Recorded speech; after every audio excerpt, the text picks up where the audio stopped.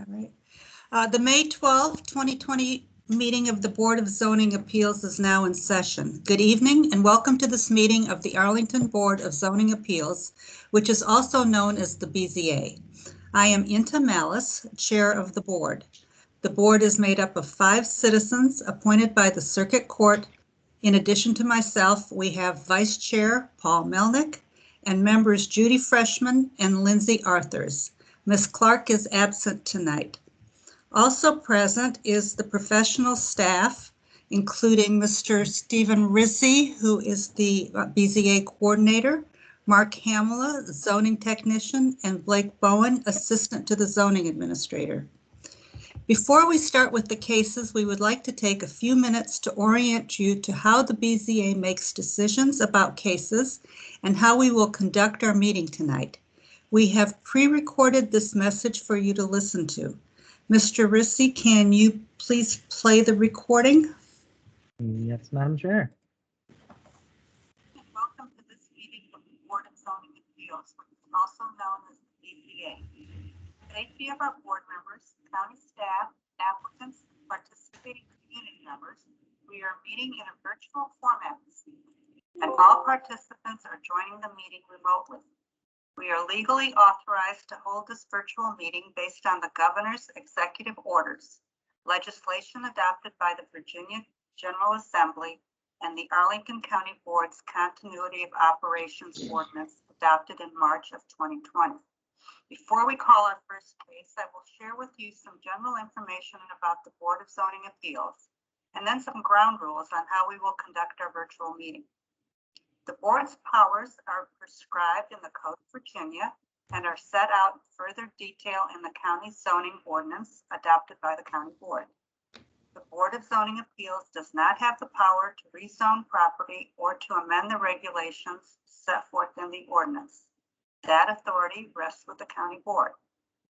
This board does have the authority to do 3 things. 1, we can approve use permits that allow modifications of placement requirements of structures on 1- and 2-family lots where there is no option in the zoning ordinance to allow such modifications. 2, we can grant variances from the specific requirements of the zoning ordinance. And 3, we can decide appeals of decisions of the zoning administrator. When approving use permits, the Board of Zoning Appeals may impose conditions that it deems necessary in the public interest, including limiting the duration of the use permit. In order to approve a use permit, the law requires that the board find that the proposal meets certain conditions and that the use permit will not adversely affect the health or safety of persons residing in the neighborhood, will not be detrimental to the public welfare or injurious to property or improvements in the neighborhood, and will not be in conflict with the purposes of the master plans and land use and zoning related policies of the county.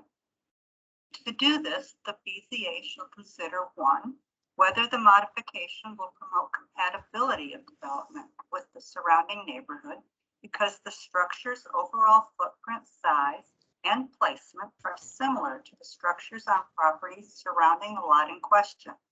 And 2, whether the modification will help preserve natural landform, historical features, and/or significant trees and foliage. When granting variances, the burden of proof is on the applicant to prove by preponderance of the evidence that the improvements meet the following criteria. Whether the strict application of the ordinance would unreasonably restrict the utilization of the property, or that granting the variance would alleviate a hardship due to a physical condition relating to the property, or the improvements thereon at the time of the effective date of the ordinance. Whether the granting of the variance would alleviate a hardship by granting a reasonable modification to a property or improvement thereon requested by or on behalf of a person with a disability, and whether the property for which the variance is being requested was acquired in good faith and any hardship was not created by the applicant.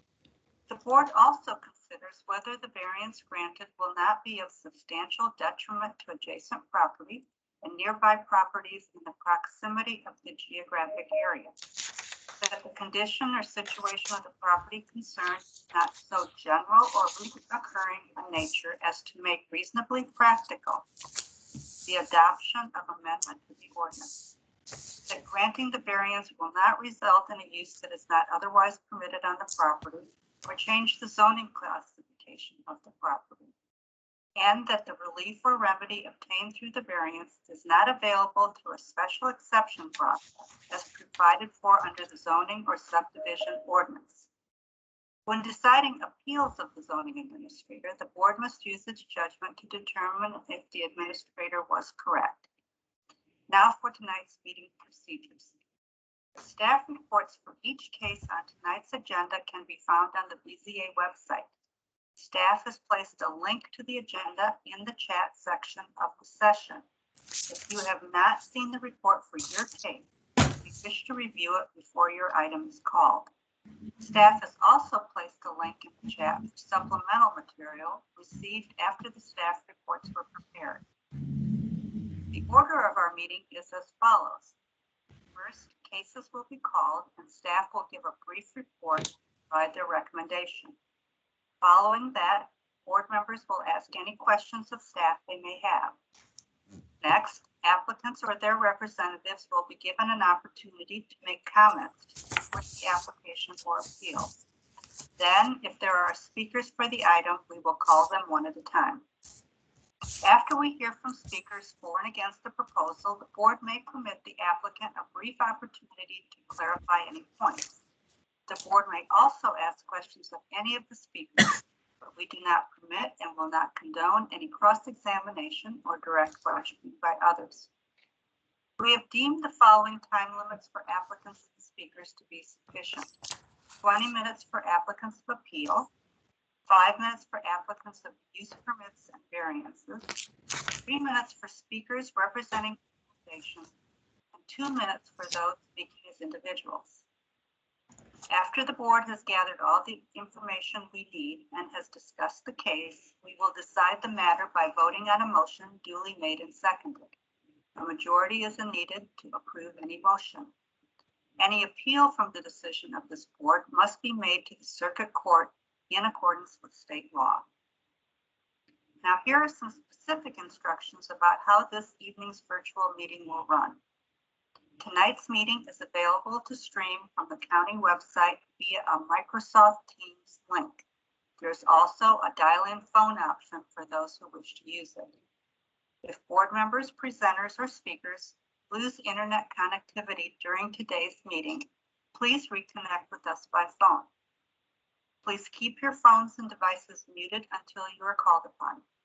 Turn off any sound to any other devices around you to minimize interference. For those joining via Teams, please turn off your video feed. Only board members will leave their cameras on. When called upon to speak, please turn your camera on and unmute yourself by clicking the microphone icon that is located on the meeting command bar. The moderator does not have the ability to unmute you. If you are dialing in by phone, press *6 to unmute. The meeting chat is active for presenters or board members who need technical assistance only. The meeting chat should not be used for discussion, public comment, questions about agenda items, or requests for more information. All public comments must be shared verbally for the record during the assigned public testimony period. For board members, if you wish to be recognized to speak on an item, please seek recognition verbally as usual. You also have the option to use the raised hand function. In either case, once you have been recognized, you may unmute yourself. All voting tonight will take place via roll call. Applicants and public speakers, you will be called upon by county staff at an assigned time. Pre-registration to speak at today's hearing was requested. We will accommodate any additional speakers only if time permits. Public comment will take place within the timeframe stated earlier, the same as we would provide at an in-person meeting. During public comment, a speaking timer will be displayed on the screen by staff. If you are dialing in by phone and unable to see the screen, We will provide an audible warning when 30 seconds are remaining. You will be muted when your time has concluded. Lastly, this is a public forum. Today's meeting will be recorded and posted to the county website. All information associated with today's meeting, whether written or spoken, is subject to the Freedom of Information Act requirements. After your case of interest is heard, you are welcome to stay for the balance of the session or leave at your convenience. This concludes the introductory remarks. Thank you, Mr. Rissy. Would you call the first item, please? Yes. The first item is case number V-11646-21-UP-2. It is a use permit request by Alan Crawley and Stephanie Hamill. The owners submit a right side setback of 8 feet to the wall from the right side property line instead of 11 feet to the wall as required, regarding the addition of a rear one-story sunroom on a semi-detached dwelling in the R27 zoning district on the property known as 2025 South Oakland. Staff recommends that the board adopt the attached proposed resolution granting the use permit request with conditions. And I'd like you to please note that there is supplemental material for this case that came in after the application packet was assembled and printed. Thank you, Mr. Rissy. Could you describe the supplemental material? I believe we have a letter from the applicants explaining outreach in this case.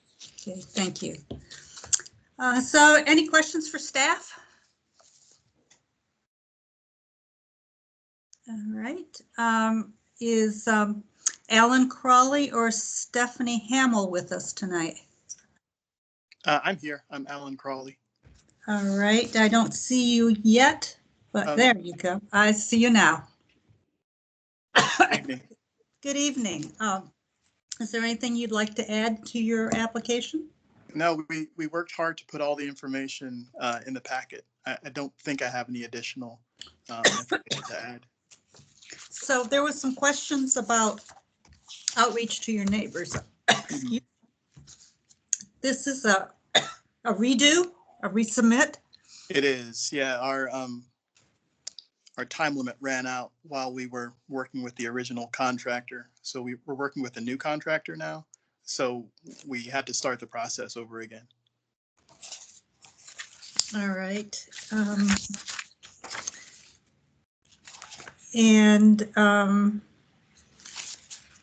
There were some people that you were not able to reach. Yeah, I was actually able to speak with a couple of my neighbors, but for whatever reason, they weren't able to get hard copy or digital copy back to me. I got verbal support from, I believe it was 2020 South Nelson. That's the resident there, but she didn't get back to us with a letter. I left a message, actually 2 messages for the owner of the property, and have not heard back from him. And 2022, I spoke to the owner, or actually, sorry, I didn't. No, I did speak to him. I called and was able to reach him by phone. Told him I'd be mailing him the information. He agreed to review it. But when I followed up 2 weeks later, I wasn't able to get back in touch with him. And I didn't get the hard copy back by mail or via text as I requested.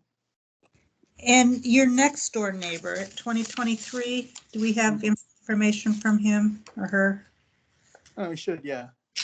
Okay. That's Elsa. That's Elsa, right. Yeah. Okay. All right. Colleagues, any questions for the applicant?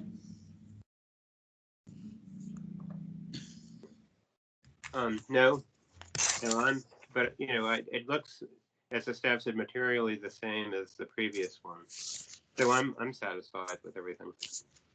All right, shall we move to a motion? Sure, I'll make a motion. Okay.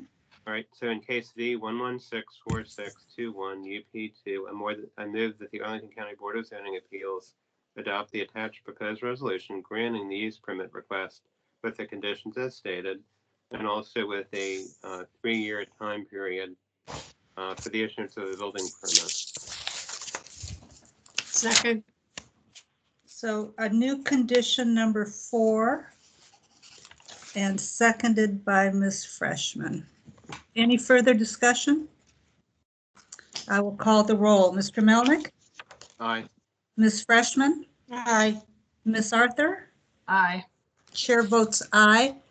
The motion to grant the use permit carries on a vote of 4-0. Fantastic. Thank you. All right, enjoy your project. Thanks, we will. All right, have a good night. Good night. Mr. Rissy, will you call the next item? The next item is case number V-11647-21-VA-6. It is a variance request by Muhammad Sohail Arzu, the owner, to permit a main building footprint of 2,529 square feet instead of 2,520 square feet as permitted for a one-family dwelling in the R6 zoning district without a qualifying front porch regarding a new two-story addition in the R6 zoning district on the premise known as 1809 South Monroe Street. Staff recommends that the board defer the application to the June 2021 BZA hearing. All right, any questions for staff? We want to make a motion? Sorry, what, Mr. Rissy? Madam Chair, before you do, the applicant, I believe, is in attendance and may actually want to speak to this item. All right, yeah, I was just going to ask, is the applicant, is Mr. Arzu here? Arzu here?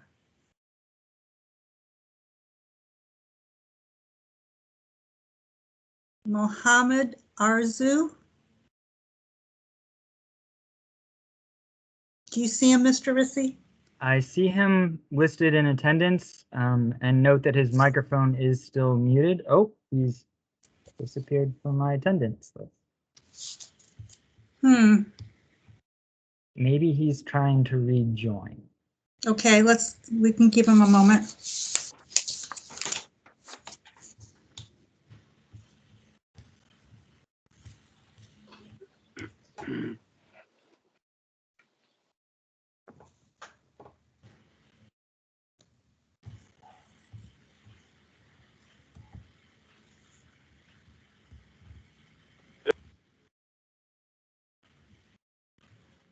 Hello. Yes. Yes, this is Muhammad Arzu. I'm sorry, I'm on the phone actually. Okay. My computer screen is not working. I can see you guys, but I cannot talk. So I'm on the phone right now. That's fine. Good evening and welcome. Good evening. Thank you. Did you want to say anything on behalf of your application? Yes, ma'am, I do. Yeah, I've been working with Mr. Rissy for almost over 2 months on this project, back and forth, and Mr. Rissy has been really helpful. He's been trying to work out all the details. We've been trying to hash out all the details, and I believe I did clear up everything, but last minute, I think last week, just a couple of days before he published the reports, there was a little bit confusion on the lot coverage, which I did clear, but I think he had already published the reports, the zoning reports for the BZA. So, and I did, I mean, they have Mr. Rissy has all the paperwork.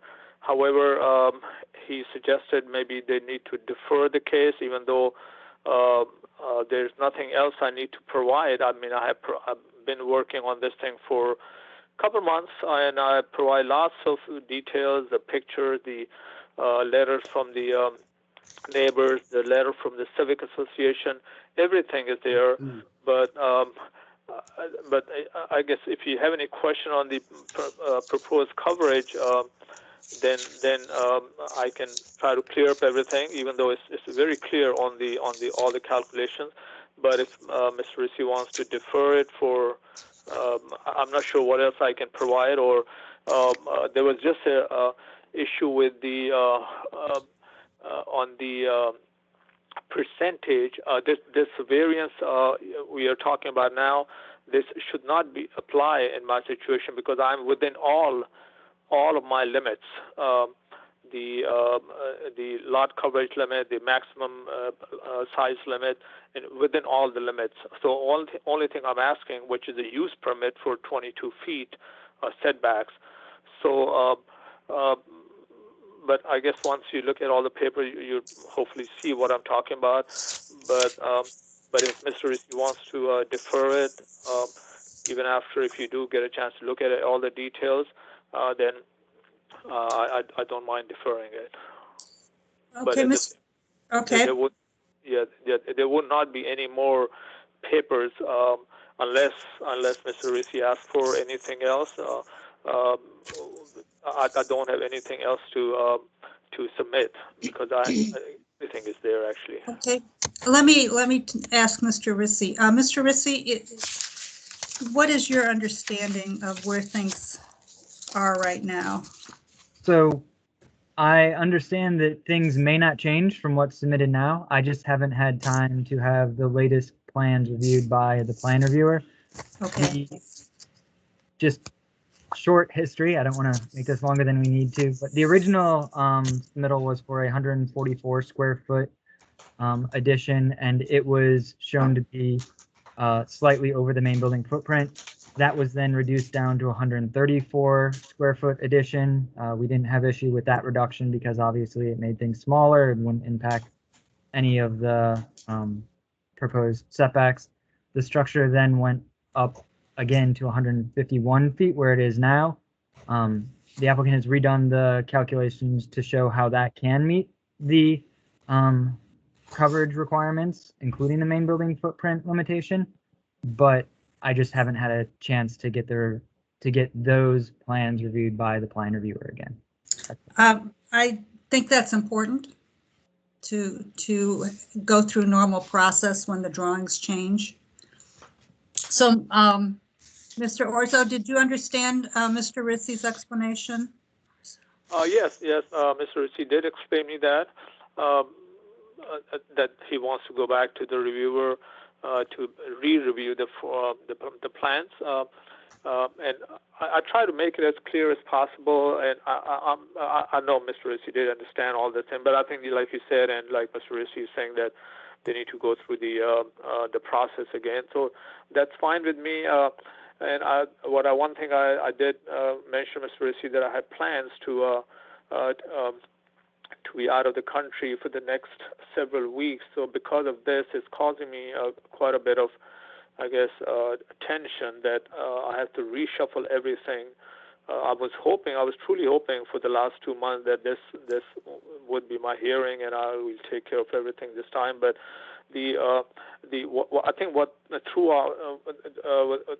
the whole thing off is that when I did my lot coverage, there's this landing which was 20 square feet landing, which accidentally I added in the first page, and that's supposed to have gone on the second page, and that was only error inadvertently I made. Then I changed it and I did present the new lot coverage, and that's why. Mr.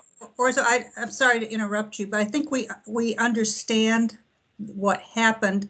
Nevertheless, I think we're going to have to defer this so that Mr. Ricci and his staff can review the new drawings. Okay. Are you in town in June?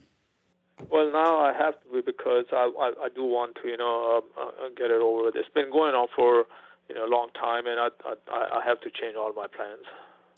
Would you prefer a later date so that you don't have to change your travel plans? Well, that's going to be because if I'm going to leave, then I was thinking of leaving for several weeks.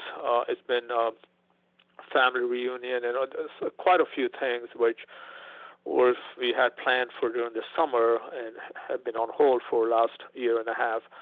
But now this is I just have to cancel everything or reschedule everything. I don't know. That's going to be pretty difficult for me, but. So a later date is not more helpful? Yeah, because I'm not sure, and not only that, because I wanted to start this project. This would have been an ideal time to start it. I actually had a contractor lined up. I mean, he knows all the plans, and I haven't, of course, not signed anything with them until I get approval. Okay, So that's I have to do quite a bit of reshuffle of everything. sure. Yeah. Mr. Arzo, I think we will defer the application to the June hearing. At least that's my suggestion. And of course, if that's not a convenient date for you, you can tell Mr. Rissy and he can give you a different date. But for now, I think June sounds like the right date. If my colleagues agree and want to make a motion. Okay, yeah, we'll go with June. You think June 5th? What date is that? Our hearing in June 16. 16. Okay. June 16th. Yeah, I mean, we'll set it for 16 in case if there's, I just couldn't do it, then I'll just let Mr. Rissy know and then Okay. just push it even more. Because All right. July is the 14th, if that was better. I'm sorry? July 14th would be the next one, if that was better Yeah. for you. No, it's actually going to, any day after, any hearing after today would not be so good for me. So, but I'll see if I can do it for June 16th. Okay. All right. Madam Chair, Ms. Freshman? on the case V-11647-21-UP1, I move that the case be deferred to the June 2021 BZA hearing. I second. Motion made by Ms. Freshman, seconded by Ms. Arthurs. Is there any further discussion? I will call the roll. Mr. Melnick? Sorry, aye. Ms. Freshman? Aye. Ms. Arthurs? Aye. Chair votes aye. Motion to defer to the June BZA hearing passes on 4-0 vote. Would you call the Okay. next? In the case of V11647-21-VA-6, I move that we defer the application to the June 2021 BZA hearing. Sorry, Ms. Freshman, that was the same case that we just deferred. I was just reading from two pieces of paper. One was a variance and one was a use permit. Yes. We did the use permit first. Okay. Okay. Sorry, I had them switched in the order. I just did them in the order of the packet. Okay. Okay. All right. Are we clear on what we're voting on? All Is there a right. second? I believe it was seconded by Ms. Arthurs. Yes. Okay. I will call the roll. Mr. Melnick, Aye. Ms. Freshman, Aye. Ms. Arthurs. Aye. Chair votes aye. The motion to defer the application to the June 21 BZA hearing passes on a vote of 4-0.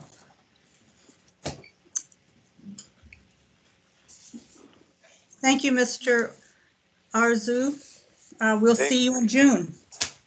Okay, you said June 21 or 16th? I thought you earlier said June 16th. Yes. Yes, June 16, 2021. The Okay, date, June the year. 16th. Okay, all right. Okay, thanks so much. You're welcome. Thank you. All right, take care, bye-bye. Mr. Rissy, will you call the next item? Next item is case number V-11648-21-UP-1.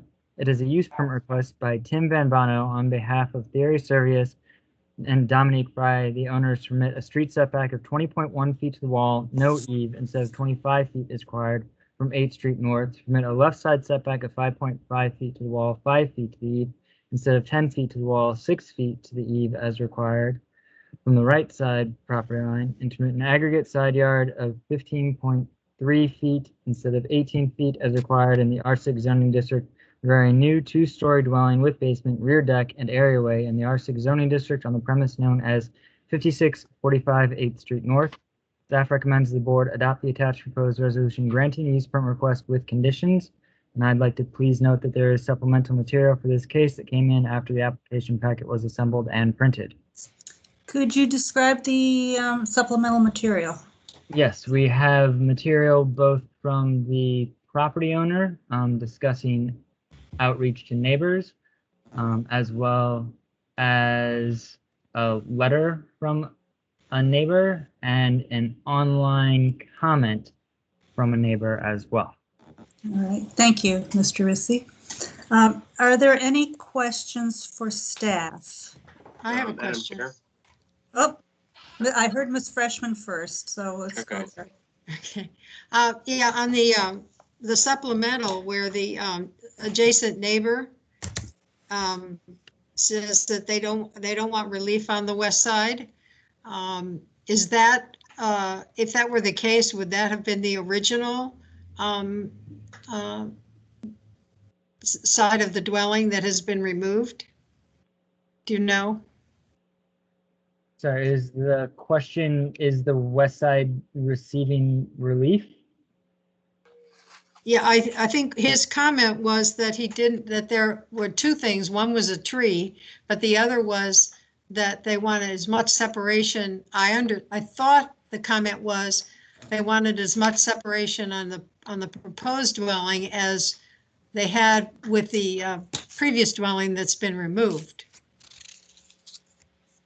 Which of course would make a big difference, I think, in the proposal. Yes, if the required setback were to be imposed, it would be a significantly different structure than had been there previously and is currently proposed. So the previous also did not meet the requirements. Correct. Okay, thank you. All right, any other, Mr. Melnick, you had questions for the staff?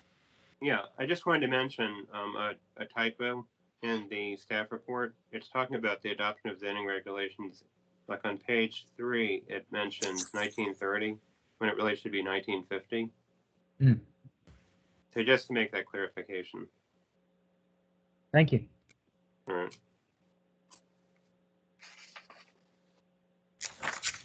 All right, Oh, sorry. go ahead.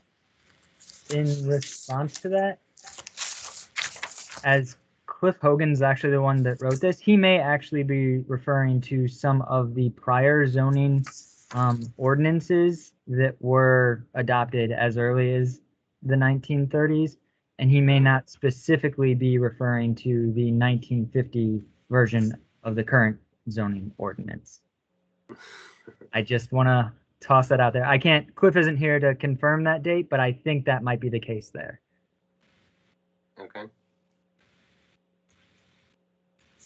All right. Is Mr. Van Vano here to speak on the application? Yes, I'm here. Good evening. Good evening. Anything you'd like to add to your application? No, I guess the original footprint that was being used with the project, really nothing has changed except for it's deemed a new home now. So that's the footprint and everything hasn't. Just what happened is we didn't have. There was no footings, or the walls were dilapidated. There was no way to keep the existing walls, and there was no footing there to begin with.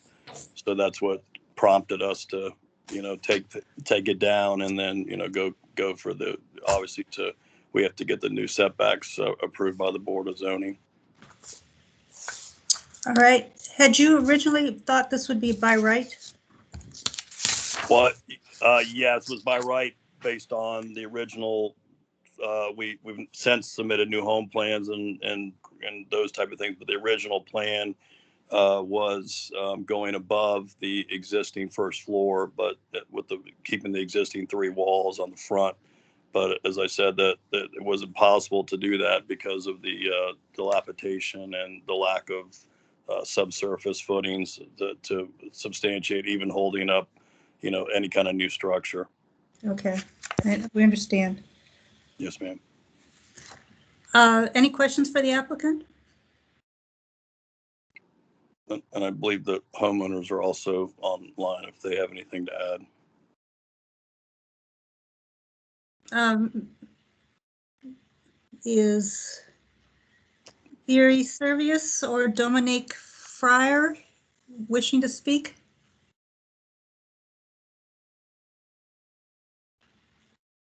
All right, not so far. Mr. Rissy, sorry? No, ma'am. Sorry, I should have muted. Sorry. Mr. Rissy, are there any speakers? We had no one sign up in advance, Madam Chair. Okay. So, Mr. Vavano, have you seen the email that we received from your next door neighbor? Yes, ma'am. Okay, there's a series of circumstances that they outline.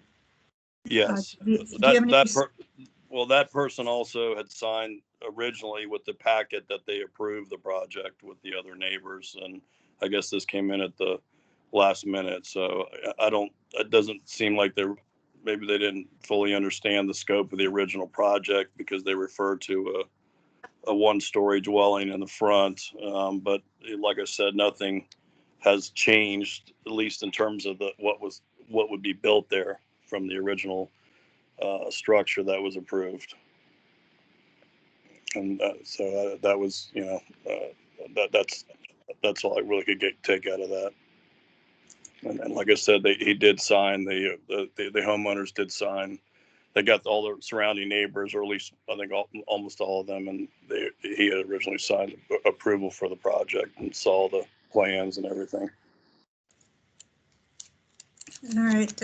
Any idea what accounted for his change? I mean, I know you can't speak for him, but was there any communication that might have accounted for his change of position? No, ma'am. Not that I know. I have no idea. I mean, like, we were just grabbing some food right before the meeting, and Steve sent over the email just to let us know that it had been added to the packet for your review. Okay. So when you decided to tear everything down, were you aware that that would cause this to be a new home application? Yes. Okay. And did you have any thoughts about building in the setbacks according to the ordinance? Well, no. I mean, originally, like I said, we were going to be able to do that, but no, once we were not able to, once we took everything out, then, it just kind of all happened quick. And then, we got the homeowners involved, and then the county came in. And so it just, it was just the events transpired to where we had we asked if we could continue to, keep it as a similar project with the existing permit, but that was, we were told obviously that we could not, and that, we had to go through grading plan submission, which we've done, new house plans, which we've done, all the various steps to get us to go to the next step. Colleagues, do you have any questions for the applicant? Just so I can be sure. So it sounds like it was a misunderstanding about the zoning ordinance. Is that a fair assessment? That you were thinking you could do what was there before? Well, originally, like I said, we had it all ready to go. So the thought is that, we could, but then we paused on it. And then we, like I said, we spoke to the site inspector and one of the higher ups with the building department, and that we were just told, there's no exceptions, and, go to Board of Zoning and, get the use permit and follow all the new home ordinances in terms of, the new plan submission and grading plan. Mm-hmm. Well, it seems to me that the issue was that the house was non-conforming, the existing. If you had made changes to it and didn't tear it down, that might have been one thing. But once you tore it down, then even the previous footprint was non-conforming. So correct. It meant that regardless of what the house design was, you were still going to have to get BZA approval. Correct, yes. And there was no way to, like I said, we, once we got into the demolition, the taking the roof off all the walls, there was termite infestation and there was no substructure footing. It was just a 1-story siding. So, we've done a lot of these in Arlington, over 100 of these in Arlington over the years. And, there was no way to, we looked at, some people tried to maybe put, underpin it or do some kind of other holdup of the structure, but the engineer's assessment was that there was no way to do that. So that's why we're here now.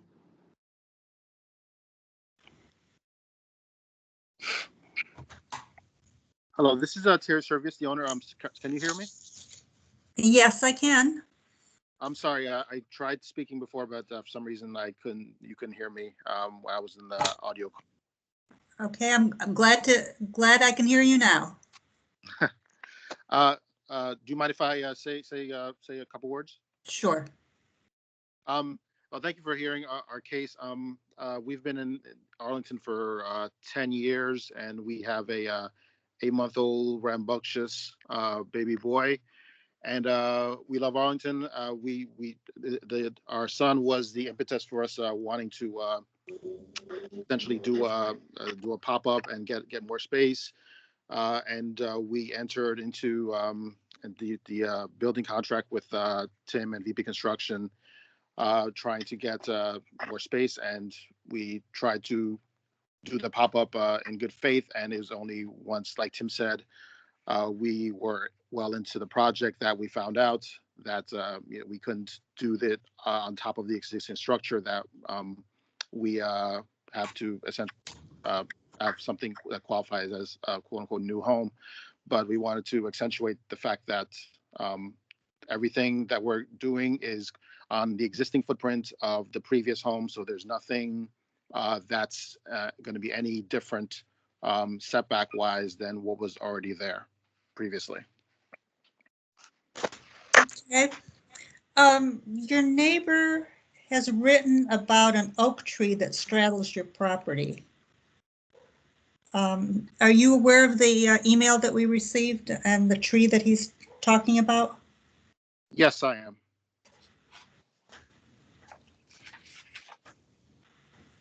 Was the tree affected during demolition? The tree shouldn't have been affected. All they literally did was they took out the crawl space, the existing crawl space. They didn't go out past anything that was already there in the current footprint of the previous home. The home that was demolished. So it shouldn't have affected anything. Okay.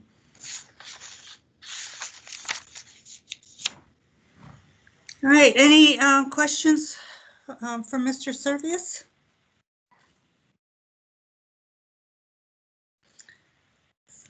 So this is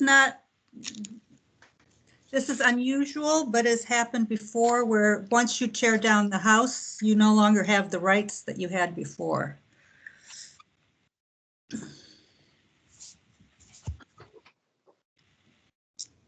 Madam Chair? Mr. Melnick. Yeah, so the way I look at this, and I believe I understand how it went.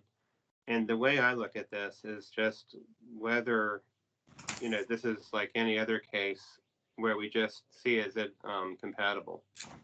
And I think in light of what we're seeing in the staff report, I think it would be. So I'm willing to support this, regardless of, that it was just torn down, and did they know what was right and what wasn't. It seems like they're just leaving it up to us as far as compatibility, the applicants are. So, but I think based on what I'm seeing, it is compatible. So I support it.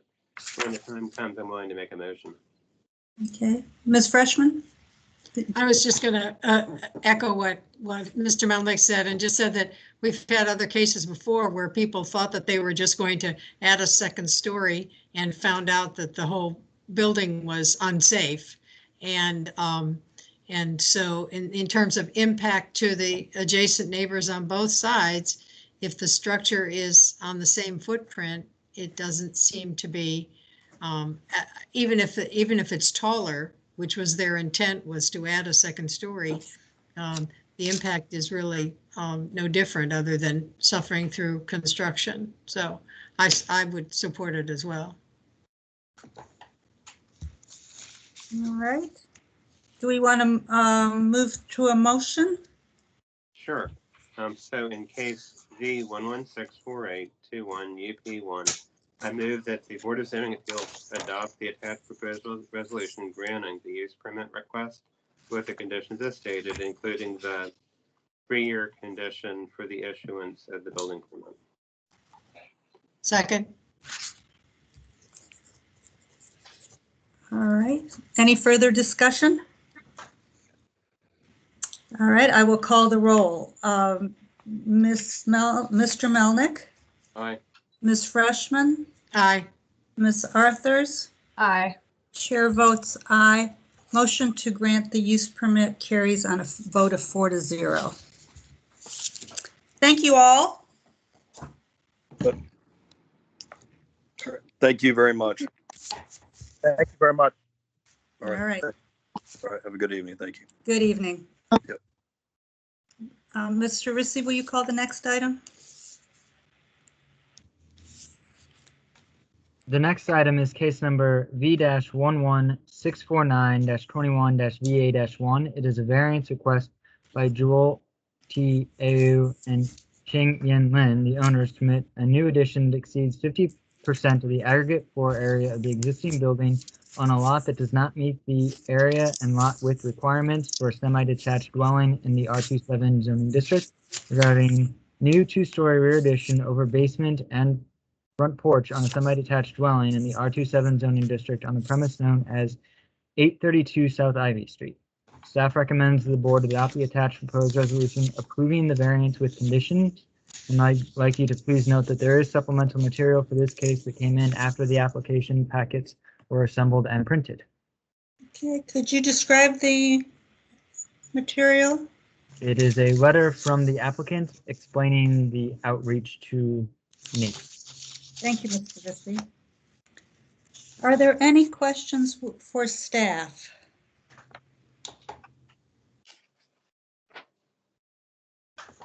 Mr. Rissy,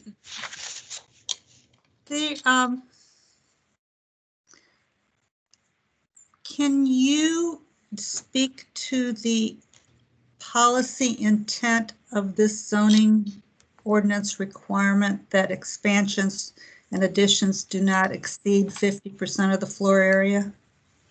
Madam Chair, I don't believe I can speak to the policy intent behind this one. I believe when we looked at this previously, that this is a condition that was originally applicable to all structures in all zoning districts in the original 1950 zoning ordinance.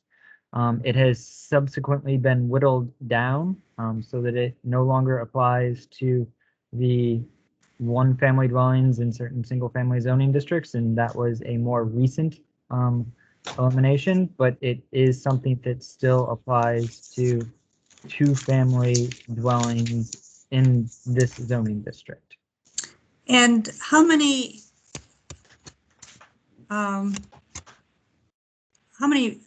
properties are within the zoning district that would be affected by this ruling? So staff can't say for certain because there's a number of conditions that would have to be met for properties to be in this circumstance. I can tell you that there are approximately 1,600 or so 2-family dwellings in the R27 zoning district. Only a certain portion of those will be on lots that do not meet the area or width requirements. I don't have an exact counting of that number. And then beyond that, it's really going to depend on the square footage of those structures, whether or not they were built as 2-story structures or not, whether they would be able to accommodate an addition of the size the applicants are currently requesting. Could this be solved by a zoning ordinance amendment? So staff did try to acknowledge that justification in the staff report. Essentially, this is not a common request to the Board of Zoning Appeals. We had one similar request last year, and I think in the past 5 years, it averages out to maybe a request per year for this. So to that end, I mean, anything could be written as an amendment to the zoning ordinance, but it's just a question of, is it a common enough occurrence for the county board to, decide to make that their priority? And to this point, it hasn't been. So if I recall correctly, when we saw a similar case last year, the applicant was able to make a case that his property was unique, that it was actually considerably smaller than other structures in that district. And that was the basis for which we approved that one. Is there any notion that a similar argument can be made here? Well, I think I would let the applicant make that argument if that's the direction they would like to go. But I don't have an indication of this property being as small as the property was last year or smaller than some of the surrounding structures. But again, I would let the applicant perhaps speak to that. Madam So, Chair. Mr. Melnick. Oh, I didn't mean to interrupt.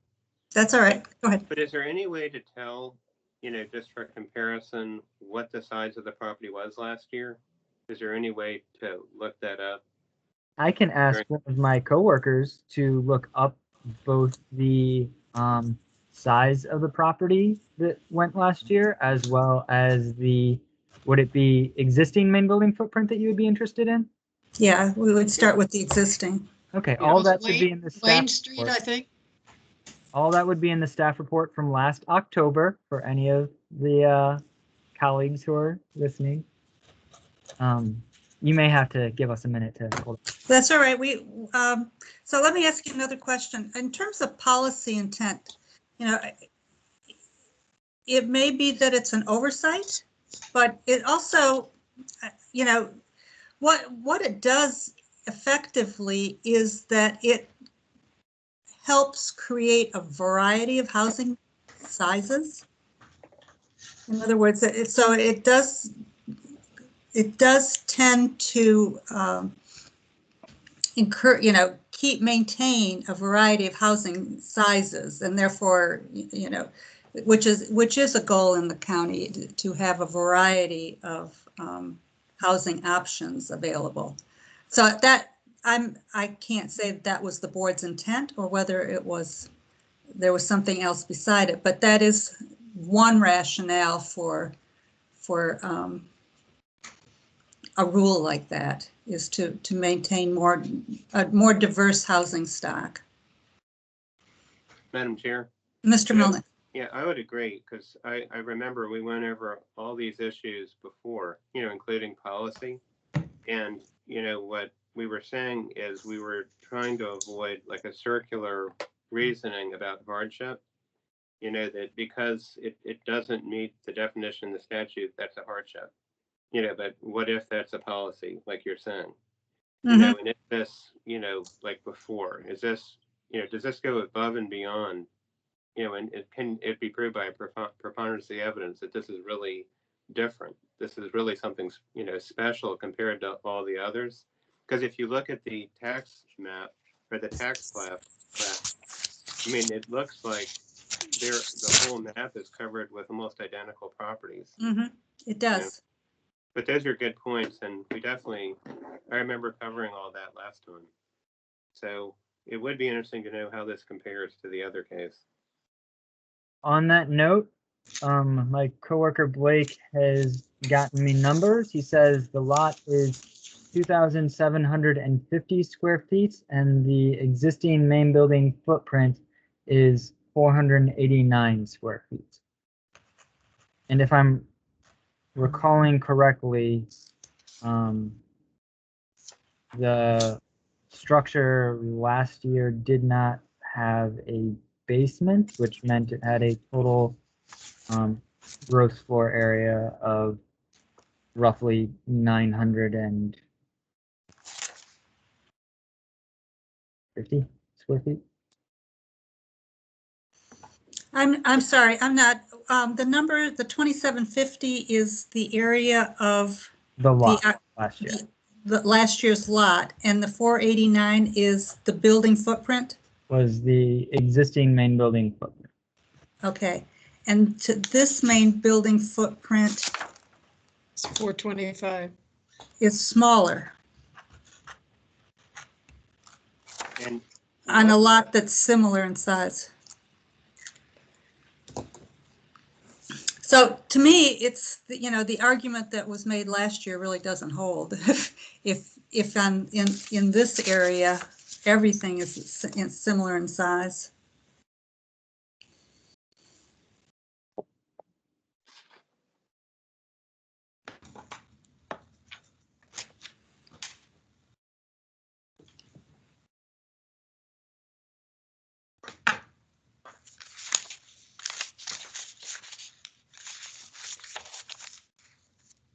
Madam Chair, Ms. Arthurs, was the one from last year that was on South Wayne? yes. I mean, that's pretty close to where this is. So that while it might not be exact, they're Right. all built around the same time. It's the same neighborhood.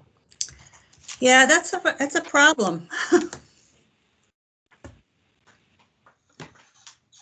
Wayne Street is under roof. I don't really feel it's a problem.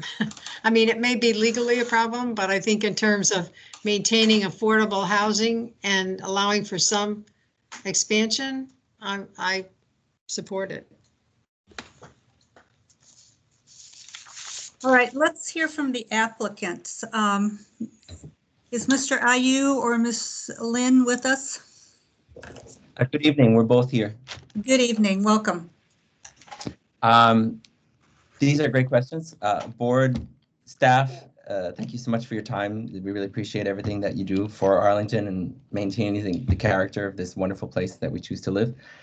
I should probably fill in the gaps about the neighborhood outreach letters. Just to mention very briefly, I'm kind of grateful for the obligation to go seek those letters because I would never have spoken with some of my neighbors had I not. So we did do outreach and tried to contact multiple times the two neighbors that we weren't able to get written confirmation from. They are Alex, our next door neighbor at 834, Flory across the street, 833. They did give us both verbal support and Hugo for our plans, but we weren't able to get a signed document from them despite trying multiple times. And next, let's see. Just to give the board some context, this is not really in support of our case. I just wanted to give you as much information as we have. This entire neighborhood is all identically, more or less identical floor plans, 1939. These two-family duplexes, which were originally Fort Myer housing, actually. So this is they're built like bunkers. There's a 2-foot concrete subfloor on the first and the second floor. So it's kind of an interesting and character. So certainly yes, all of the floor plans of the duplexes are similar, if not closely identical. That's all I had to add. But my wife would like to speak to our unique situation and give some context about our application and why we're applying for this. Certainly. Good evening. Thank you for your time. First of all, we love living in the neighborhood, and of course, location is great close to where we work, DC Museums and Kennedy Center. Second, we love the diversity of our neighborhood and great schools. Lastly, the street is surprisingly quiet. Of course, in the 7 years we have lived here, we realized that it is not perfect neighborhood, and we had our share of interesting confrontations with our neighbors. But despite the occasional conflicts, South Ivy Street and the neighborhood is in general very friendly and adorable. We have noticed a trend for families to move away when they have children, and usually the biggest reason is for seeking more space. So we've been able to meet with our neighbors, almost all the houses, and 4 families are moved away since last year and this year. So we're very sad to see that, and for this tiny houses here, I don't think families will really stay here for the long run. So, thank you. Thank you. Thank you. So the issue that we have is that our decisions are governed by law. There's regulations that we have to follow, and the standard for a variance, which is what you're requesting, is very high. Very few variances are given. And one of the stipulations of the variance is that there is something actually unique about your property, that your property is significantly different than other properties in your district. And that's why we would get a variance. So that is the issue that we're trying to work through right now. I'm not a lawyer or an expert in zoning laws of the county, but I thought that the condition was not that the property was unique, but that the situation was unique. No, it's the property. Okay. Madam Mr. Chair. Melnick? So maybe Mr. Rizzi said it, but the case that we had previously, what was the floor area of that? Because you were saying it didn't have a basement previously, but can you say the floor area again of the previous case?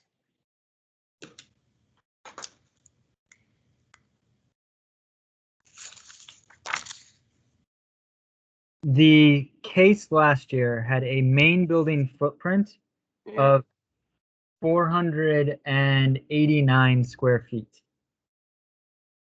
It was a two-level structure, is my recollection, and they did not have a basement, which meant it had a total floor area of 978 square feet. Okay. Yeah, because Madam Chair, I see this has a floor area of 1,237 square feet. Yeah. So it is significantly more than the other one. Yes.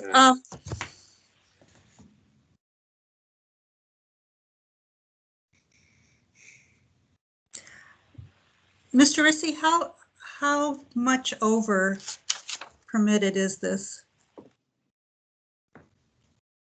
Let me look into that, Madam Chair. Okay. Madam Chair? Mr. Melnick? So I see in the staff report, it says the addition proposes an 80% increase to the floor area contained in the existing building. So it's like a 30% above what would be allowed. Okay. Okay.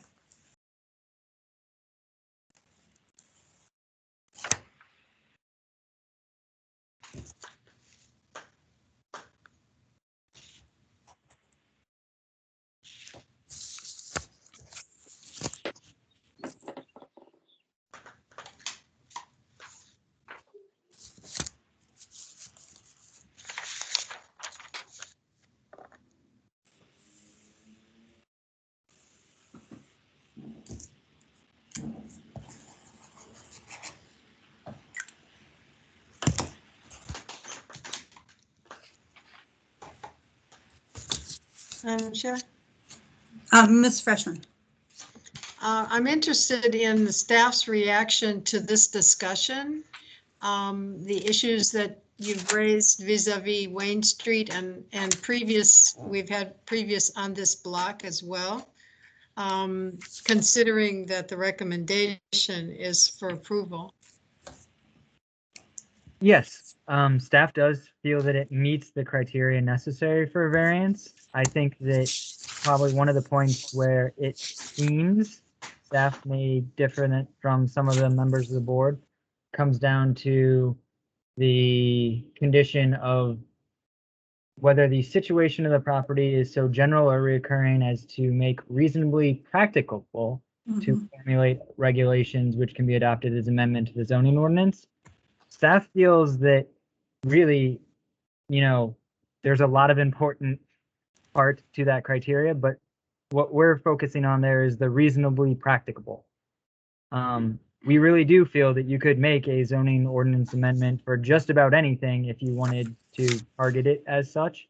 But the fact of the matter is, we don't see many of these cases. There are different trends of cases that have gone to the Board of Zoning Appeals so often that the county board decided to make changes to the zoning ordinance so that those cases would no longer have to go to the BZA. Those include, well before any of you are members, there was a 1976 ordinance change that allowed for existing porches to be enclosed without going to the BZA.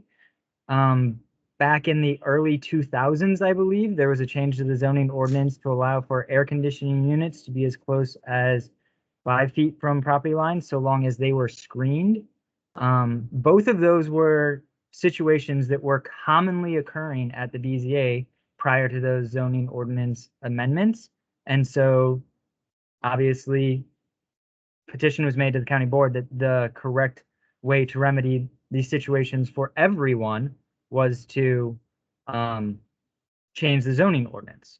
Both of those happened to be back in the time when we didn't have use permits, but the situation is still the same, staff feels. This isn't a common enough occurrence that it has been elevated to the county board as a situation which they need to remedy for everyone with the same condition.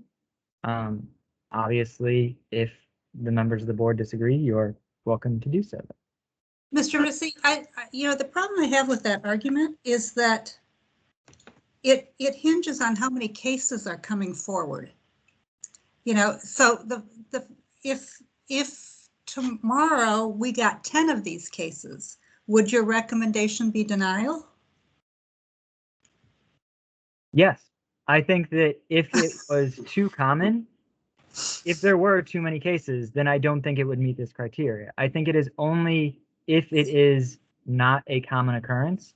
And I will say the other thing is, if it were only to be based on the situation of the property, all the properties in the county could be in the same situation. But if people aren't requesting this exception, then what would be the point of not allowing the variance? If it's a potential to need a variance as opposed to people actually requesting the variance.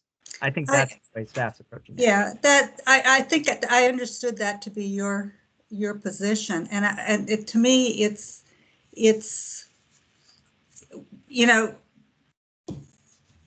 rests on how many cases are coming forward, and that's the more that we approve these, the more that we're going to get these.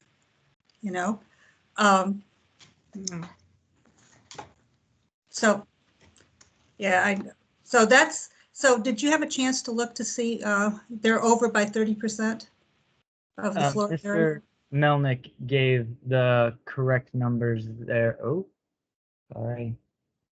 I believe we had that the request is for an addition that is 1,237 square feet between the 3 floors, and there's currently only 900 and no, the existing structure has 1,237 square feet between the 3 floors, basement, first and second, and the proposal is for 990. So yeah. All right. I will also point out that when there was a zoning change that was enacted by the county board as a result of the BZA not granting relief on a zoning amendment, a zoning condition. Yeah, Madam Chair. Mr. Melnick. Yeah, I do think this is like a matter of policy with the county. Instead of us, having to solve it, presumably, like with, Mr. Rizzi's argument, with how many cases we get for a particular type of situation. But I do think this is policy, that better rests with the county board instead of with us, just sort of hobbling along, especially in a case like this where there isn't the situation like before with the lack of the basement. So, yes. So, anyway, I have more comments when it's time to discuss them among ourselves. Any other questions for the applicants? All right, discussions with us, Mr. Melnick. Okay, yeah, so I think as everybody's heard in this discussion, while I sympathize with people wanting to improve their house, for more space, we are bound by the stringent requirements of variances, which have, what we have to find is either that applying the ordinance would unreasonably restrict the utilization of the property, or there's a hardship, or that it's not so general or reoccurring, what's actually happening on the ground, that it would be something that would really call for a change to the zoning ordinance. So I'm just finding that the criteria of the not so general or recurring, I'm finding that hasn't been proven by a preponderance of the evidence, and same with hardship. So unfortunately, I can't support this under the ordinance. So that's my position.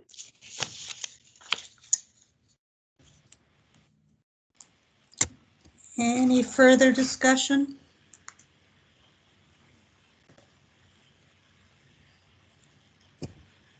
My wife has asked if she can add any more, but it sounds like we're past that phase. We are. I think we understand your case, and we appreciate all the work that you've done, and the background that you've given us. So you've done your part. Does anybody want to try a motion? I'll make a motion. Okay, so in case V1164921 VA1, I move that the Board of Zoning Appeals deny the variance. Is there a second? Oh. And the condition would be that I don't find that there's an the application of terms of the ordinance would unreasonably restrict the utilization, or that there's a hardship, and also that I don't find that the condition or situation of the property is not so general or that it is so general or reoccurring as to make reasonably practical regulation which can be adopted as an amendment. So those are the criteria I find haven't been met. Is there a second? I'll second the motion. Any further discussion? All right, let's try the vote. Mr. Melnick? Aye. Ms. Freshman? No. Ms. Arthurs? No. Malice votes aye. We have, unfortunately, we have a tie. A tie fails. The motion fails. So we need to figure out you are free to make a motion to approve, but I suspect that will fail as well. What is the parliamentary decision if that happens? So if we can't approve a motion, I believe that's a denial. Mr. Rissy, do you? I would just point out there is also the option of deferring it until we have a fifth member present to break tie. And we don't know when that's going to be. No. I just, from my insight, we might be better off next month. I've heard some good progress, so I think next month we might have a fifth member back. Okay. We could go to July just to give ourselves some wiggle room. July deferral is better than a denial for the applicant. So it may or may not be. So, the applicant has the option of accepting a deferral, in which case we can't guarantee an outcome one way or the other. Or you have the option of modifying your plans to actually make it conforming. So those would be the two options. Actually, you can accept a deferral and consider modifying your plans at the same time if, you know, if you don't, if you wish.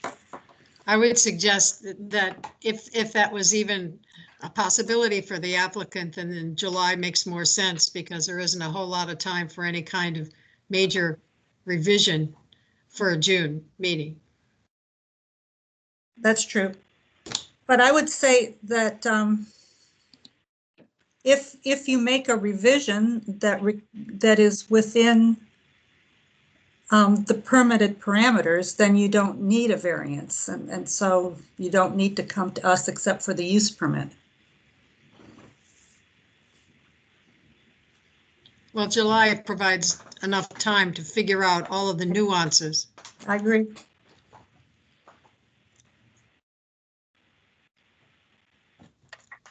Okay, I'm going to make a motion. Is that okay?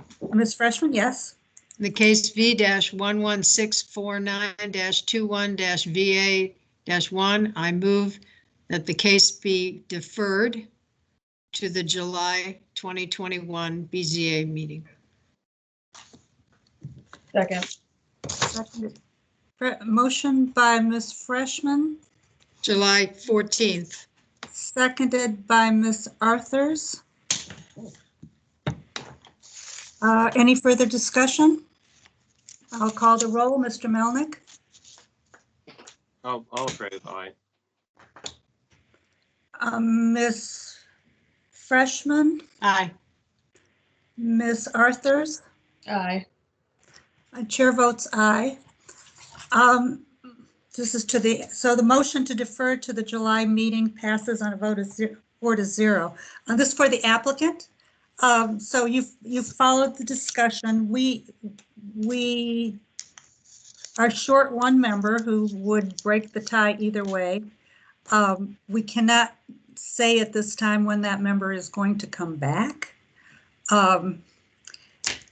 But we're hoping that it would be by July and that your case could be reheard again with 5 board members so that you could get a definitive answer one way or the other. Or in the meantime, you have the option of reconsidering your building plans to see if you can't come within conformance to the zoning regulation, in which case you would not have to come to us for a variance at all, and you'd only have to come to us for the use permit. So we regret the situation. I think you followed the discussion and sort of what we feel that we're up against. You know, we certainly think you have a lovely home and a lovely family, and we understand what you're trying to achieve. So, you know, it is with some regret that we can't accommodate you right now.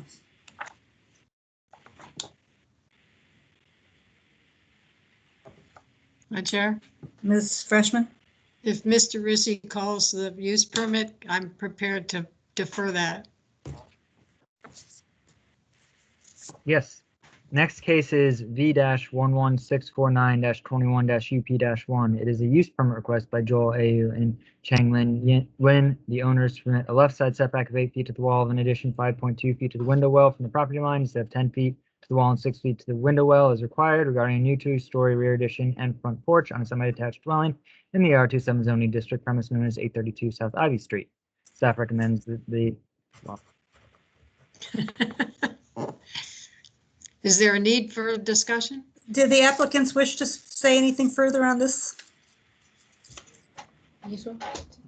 So we did try to discuss with our architect and brainstorm about how much we can expand. And because of the concrete floor, it is extremely hard to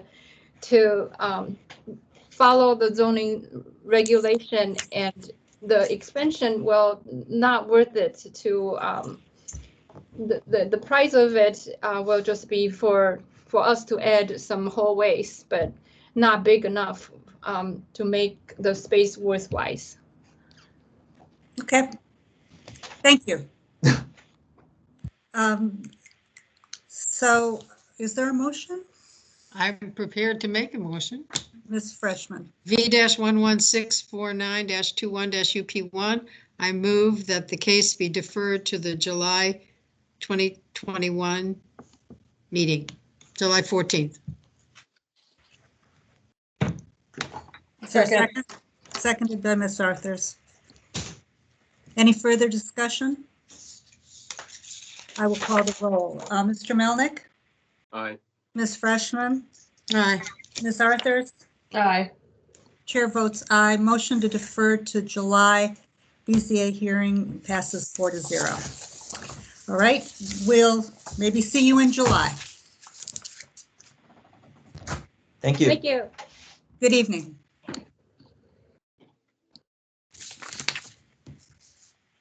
Mr. Rissy, will you call the next item? Yes, the next item is case number V-11650-21-UP-1. This is a use permit request by Oliver LeBlond, the owner, to permit a street setback of 9.3 feet to the wall of an attached garage, 16.7 feet to deck from South Quebec Street right-of-way instead of 25 feet to the wall, 21 feet to the deck as required, to permit a street setback 9.3 feet to the wall of a second floor addition over an encroaching garage from South Quebec Street instead of 25 feet as required, and to permit an aggregate side yard of 17 feet instead of 18 feet as required in the R6 zoning district regarding structural modifications to encroaching attached garage, second story addition above encroaching garage, and rear deck on an existing one-family dwelling in the R6 zoning district on the premise known as 1908 South Randolph Street. Staff recommends that the board adopt the attached proposed resolution granting the use permit request with conditions. And I'd like you to please note that there is supplemental material for this case that came in after the application packet was assembled and printed. Thank you, Mr. Rissy. Could you describe the supplemental material? Yes. For this case, we have a email from the applicant detailing outreach to neighbors as well as response from a number of different neighbors. There's also a separate email from a neighbor containing photographs. All right. Thank you, Mr. Rissy. Thank you, Mr. Rissy. Any questions for staff? Yes, please. Just given the condition of the property and apparently that it's been that for a while, are you aware that there's been any ordinance, zoning complaints or cases? It strikes me as odd that it would be sitting there for so long. I'm unaware of any code enforcement cases at this time, but I will ask if some of my coworkers can actually check our online system for me while discussion occurs to see if we find any for you. Thank you. Any other questions for Mr. Rissy? All right. Is Mr. LeBlond here with us this evening? Yes, I am. All right. I hear you, and I'm sure I'll see you soon, right? I'm trying to turn it on. Yes, it's me. Sure. There you are. Good evening. Good evening. Is there anything you'd like to add to your application? Yeah, I'm just trying to redo the garage that you see on the screen and replace the canopy with a real structure. That's it. Same footprint, same thing. I mean, definitely will look better. Okay. And let's see, the outreach to your neighbors. You sent us some additional material? Yeah, I've talked to, all my close neighbors on both sides of the street. Got answers from 8 of them, and they all approved it. So. Okay, and that's the neighbor across the street from you? Yeah, across Quebec. 1916. Yes, yes, they are happy with it. Yeah. Okay, good. All right, thank you. Mr. Rissy, do you have any additional information? Yes, Madam Chair, my coworkers were able to check our permitting system and they were unable to find any code cases, at least going back to 2013. Okay. Thank you. All right. Any questions of the applicant? We have no additional speakers on this.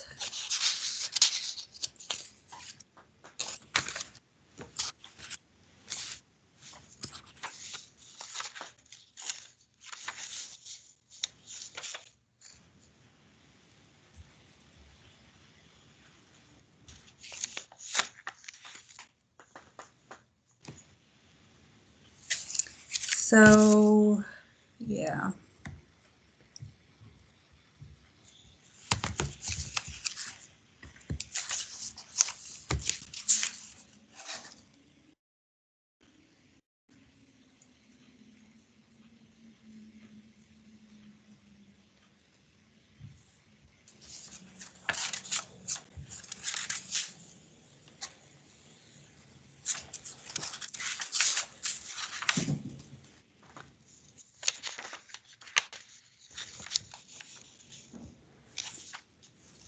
Any thoughts on this application?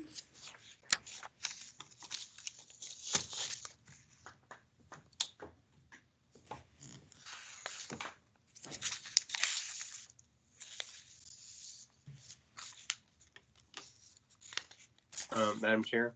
Mr. Melnick? So I would be in a position to approve it. Like, it looks fine to me. But I don't know if you're looking for just further discussion. Could I just ask? I have Ms. a question of the applicant. Is it your intention to do this project immediately if it's approved? Yeah, that's the plan. Yeah.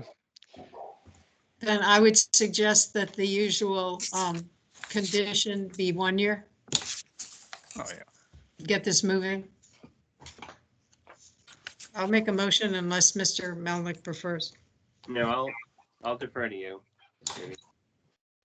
Okay, I move the Board of Zoning Appeals approve the attached proposed resolution approving use permit V-11650-21-UP1, subject to the conditions listed, with an additional condition of pulling a building permit within 1 year. I'll second. All right, motion made by Ms. Freshman, seconded by Mr. Melnick. Is there any further discussion? I will call the roll. Mr. Melnick? Aye. Ms. Freshman? Aye. Ms. Arthurs? Aye. Chair votes aye. The motion to grant the use permit carries on a 4-0 vote. You have your use permit, Mr. LeBlanc. Thank you very much. All Thanks right. a lot. Good luck with your project. Thank you.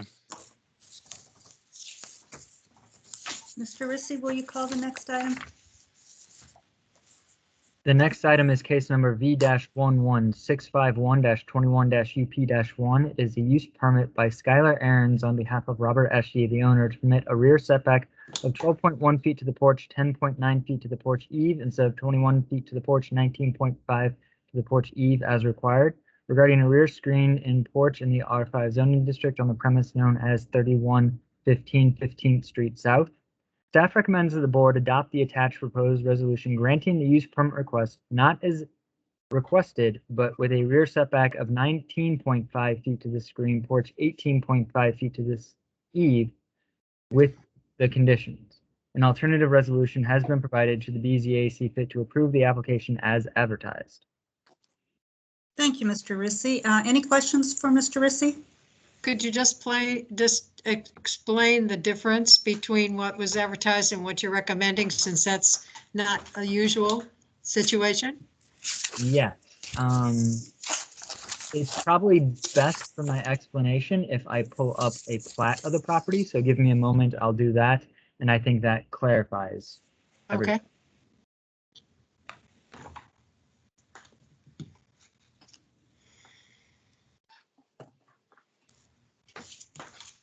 So this is the proposed plat of the property. When the application was originally submitted, the dimensions were shown here with an assumption that this lot segment that is 59.64 feet in length is the rear property line. However, by zoning's definitions, this is a side property line and not a rear property line. The rear property line is in fact the 10-foot segment here in the very back of the corner. So after the application had been advertised, we got a revision to the plat that showed that the setback to the actual rear property line is 19.5 feet and not 12.1 feet as originally requested in the advertisement. That is why we are recommending an approval of a setback of 19.5 feet to the porch, 18.5 feet to the eaves, as that appears to be all that is necessary for them to construct this structure. You just gotta love those setbacks, the Mr. sides, the definition of front, side, back. Hi, Mr. Rissy, could you just walk me through that again? So why is it because there's an angle there? Madam Chair, the zoning definition of the front setback is the lot line or line segments that front on the street. The definition of the rear lot line is the single segment that is most opposite or most parallel to the Front. front lot line. When it is not the one that is most parallel to, then it is the one that creates the greatest depth. In this case, these It's the are teeny different line segments, and the greater depth is created by drawing the line to the 10-foot rear lot line. So this one is determined to be the rear. Everything that isn't a front or a rear is considered a side. So the 59.64 foot segment is considered to be a side lot line, not a rear lot line, as originally envisioned when the application was submitted, requesting a rear setback of 12.1 feet. So this 46 is also a side, right? this site has 3 sides, a front and a back. Is that correct? Correct. It has 2 left side segments, 1 right side segment, 1 rear, and Mr. Rissy, is it because there's a little angle there? Is that? it is simply because it is a separate line segment, and the definition for rear lot line says it is the singular segment that is furthest or most parallel to the front lot line. It is not a combination of line segments like the front lot line. And it's a segment because it's at an angle off the rest of it. Correct. It has different start and stop points. Okay. I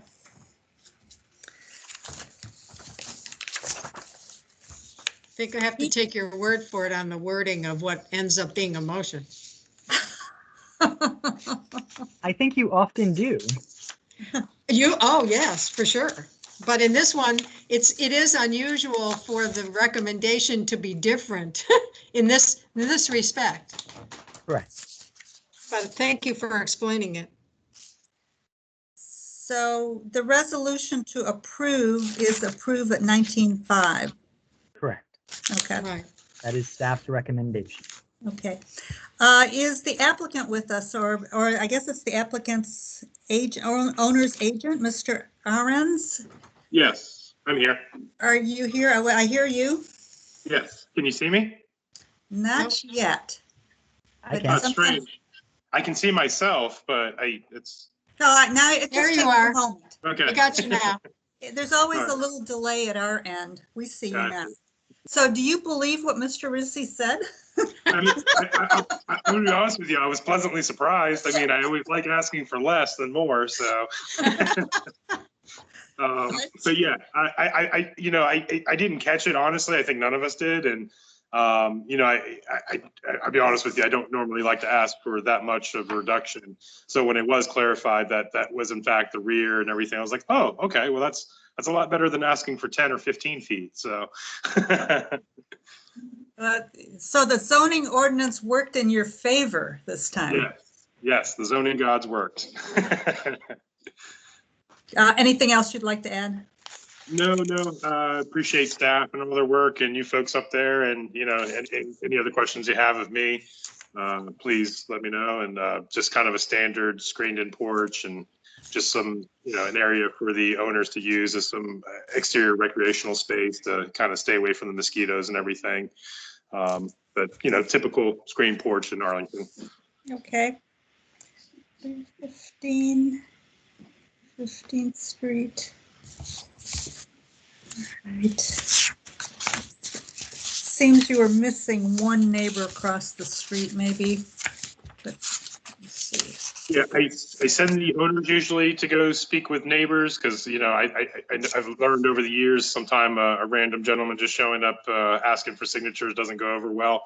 So I'm not exactly sure what happened with that one. I didn't even realize that he had missed one because it seemed like there was a lot of signatures on there. I don't know if he's on the line. Rob, are you on there?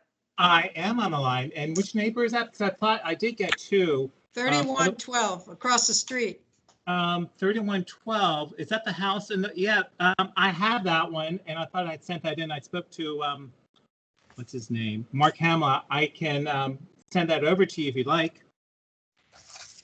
I do have a verbal and I do have the written. Okay, if you want to include it in the record, if Mark hasn't forwarded it to Stephen yet, that would be great. Just for the record. So do I go ahead and just send it over to Mark then? What's the process? Do you have Stephen's email? I most certainly do from his emails. Yes, I do.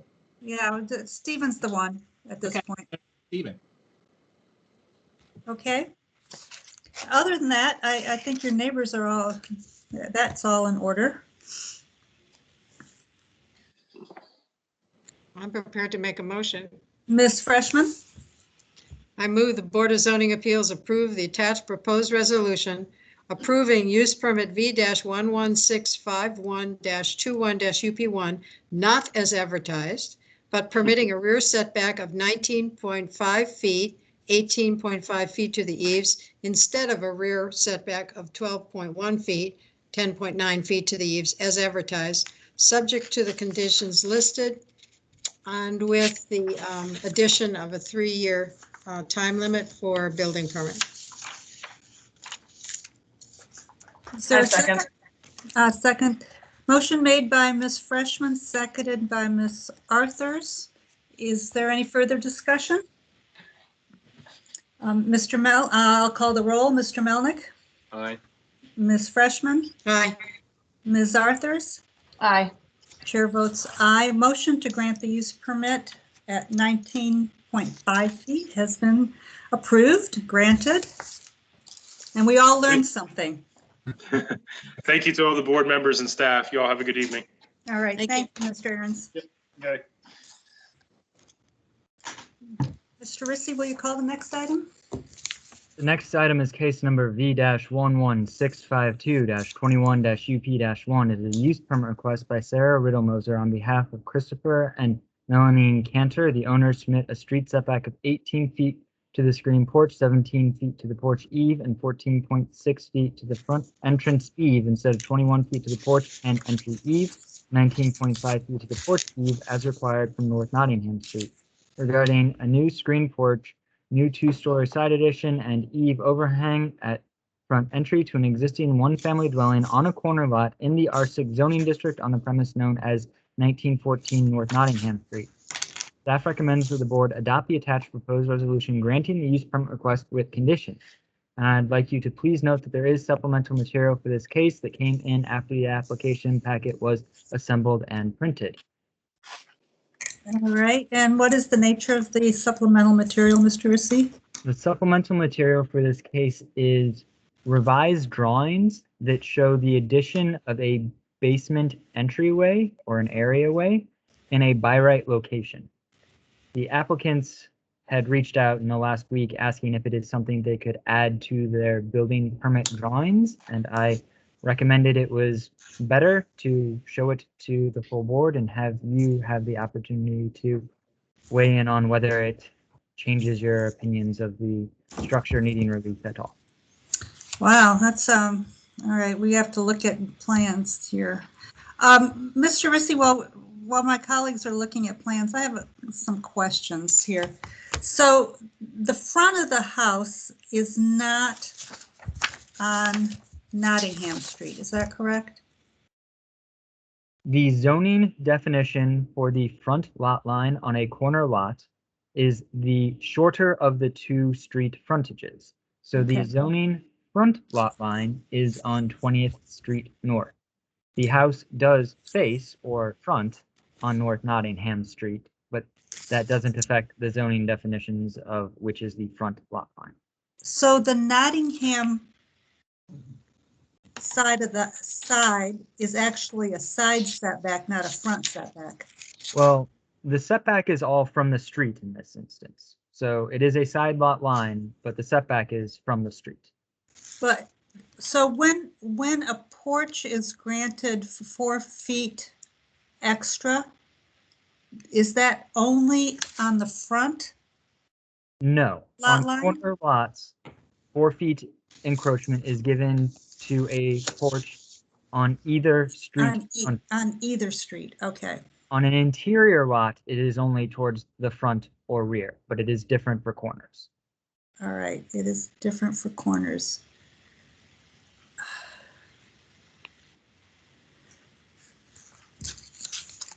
And another question I had was, there was a variance in 2005.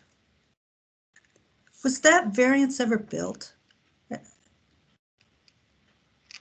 Adam, that might be a better question for the applicants. I'm not sure that I know offhand. Yeah, I wish I'm sorry I didn't ask you that ahead of time. In the event that it was not built, it would have expired by now? Correct. Because there was a time limit back in 2005. They would have had the standard 1 year. Okay. All right, I can ask about that. Is Ms. Riddle-Moser here on behalf of the applicants? Hello, can you hear me? I can hear you. Are we going to see you too? I'm attempting to do that. This is not Ms. Riddle-Moser. My name is Melanie Cantor. I'm the homeowner. Okay. Ms. Riddle-Moser couldn't make it. All right, well, the homeowner's just as good as the Okay, good. Welcome. Sure, thanks. Anything you'd like to say on behalf of your application? No, well, I can try to address the question. I don't think anything was built in 2005. We were not the owners then. We didn't move in until late 2013 is when we purchased the house. But I don't think that there was, my understanding is that the family was intended to do some renovations and then did not. So okay. That's so yeah, there's not a screen porch covered entry and a 2-story addition. No. I don't. Well, yeah, I think I didn't see it when I looked at your house, but I was just checking. No, it's most of what is here was the original structure from 1930 plus a small sunroom addition and then a not covered deck. Okay, great, thank you.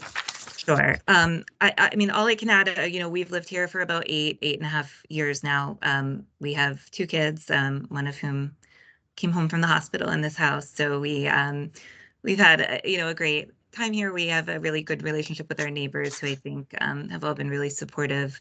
I think you can see what we submitted. I'm happy to answer any questions you may have. I think some of the, I'm not completely familiar with the zoning regulations, but as you can kind of see, our lot is a little bit strange in that we're on a corner and the yard is, our house is basically to the left side of the house.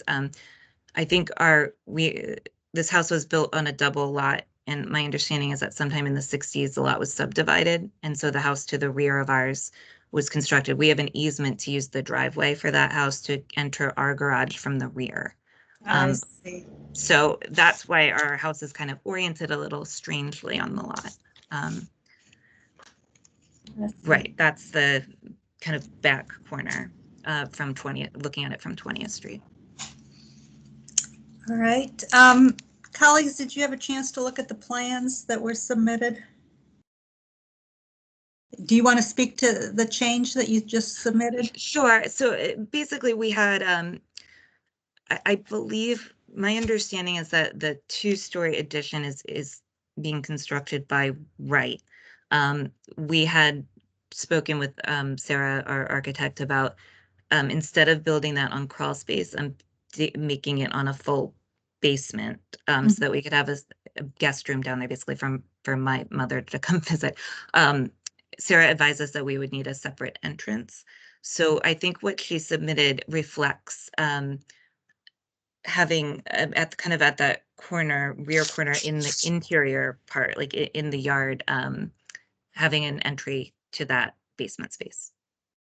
I think that's the difference between what she submitted originally and what she submitted in the past couple of days. Yeah, and Mr. Rissa, you've indicated that's by right. Yes, Madam Chair, we couldn't bring it to you if it needed to be advertised. Right, okay. Are you comfortable with this supplemental drawing being introduced at this point? Is that to me, Madam Chair? Yes. Yes, we have looked at it. It does appear to be in a by right location. As I mentioned, they may have been able to do it had it been done later anyway, but we just thought it most appropriate to share it with you as you had not weighed in yet on the addition or the request before you. Okay. Colleagues, do you have any questions?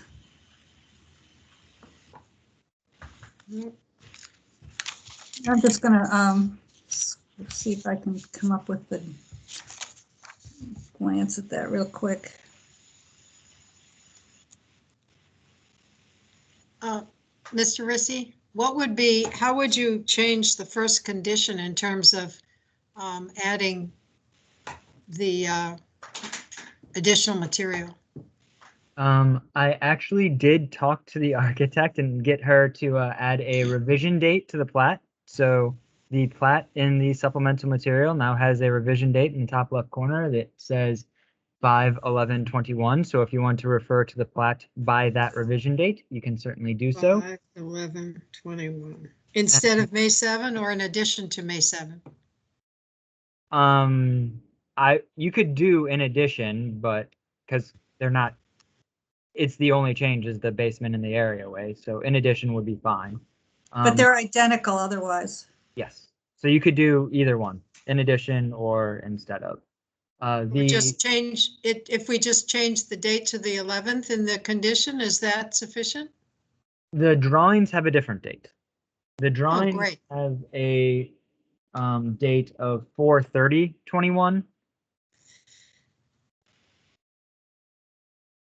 So where did May 7th come from? May 7th is the date that the packet was assembled and printed. So everything in the packet has a May 7th. Well, that's the staff report date, but not the various enclosures. Well, everything that's in the packet that was given to you on that date as Okay. well.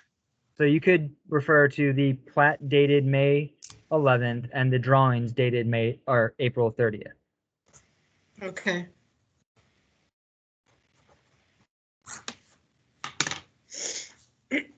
In the May 7th packet. You know, Mr. Rissy, we are being exceedingly careful to make sure that we identify plats correctly. I've noticed, which is why I made sure to get you a revision date on this plat that came in as a supplement to the packet. It is good to be clear on what drawings you are expecting to be built to, though. So. Well, as you know, there's consequences to not being clear. So, Mr. Rissy, just not to beat this dead horse, but if in the language of the first condition, in the last sentence, would we just change it to say attached plat of 5/11 and drawings of 4/30? We just add dates to that? Look at condition number 1. Yeah. Architectural drawings attached to the staff report dated May 7th. And you could just add dates after the words attached plat dated May 11th. It doesn't say attached plats. At the last, the end of the sentence it does. Attached plats. Okay, that's and or architectural drawings of 4/30? Dated 4/30/2021. Okay, I think that's clearer. Where do you put the 5/11? After the attached plat toward the end of the sentence. Okay. All right, all right. So it has 3 different dates, but it seems like that makes it really, really clear, I hope. You want to try a motion, Ms. Freshman? You bet. I move the Board of Zoning Appeals adopt the attached proposed resolution approving use permit V-11652-21-UP1, subject to conditions listed in the proposed resolution. And in condition number 1, it would at the after at the end of the sentence, it says what is shown on attached plat. You add the date 5/11/21. And or architectural drawings, you add the date 4/30/21. And then also adding a fourth condition with a 3-year time limit for building permit. Everybody got that? Is there a second? I second.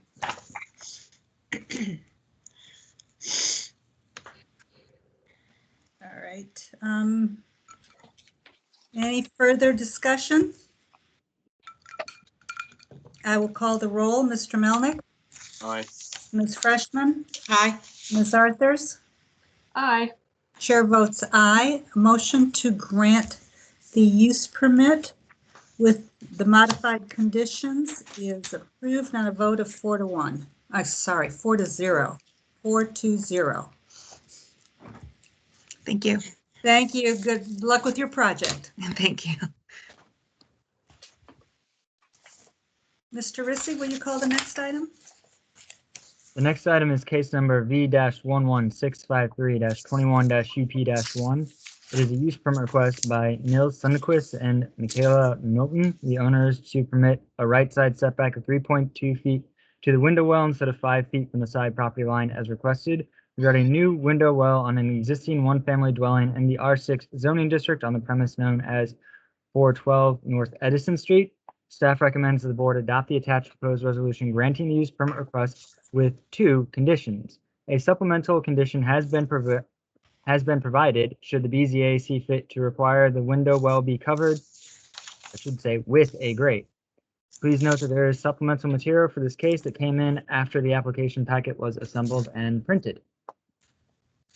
And what is the nature of the supplemental material? We have a letter from the owner talking about outreach to the neighbor, as well as the information that they provided the neighbor, and a letter from the neighbor. All right. Thank you, Mr. Rissy.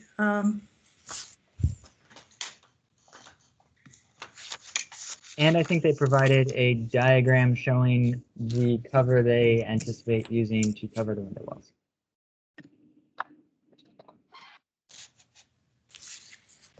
All right. Any questions for staff?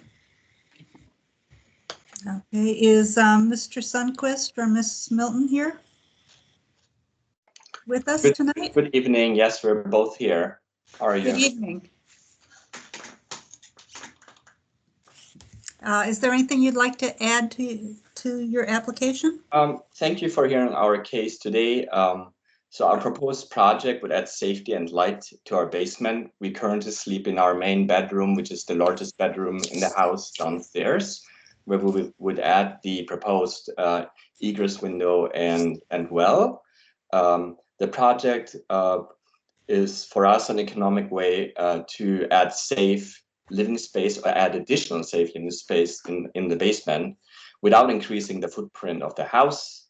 The cover and the sturdy aluminum grate would support 400 pounds. I know safety is an issue. We looked into that.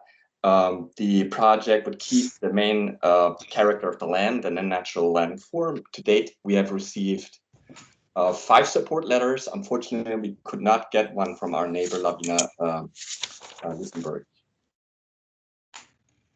All right. Does that conclude your remarks? I think it does. Michaela, do you have anything else?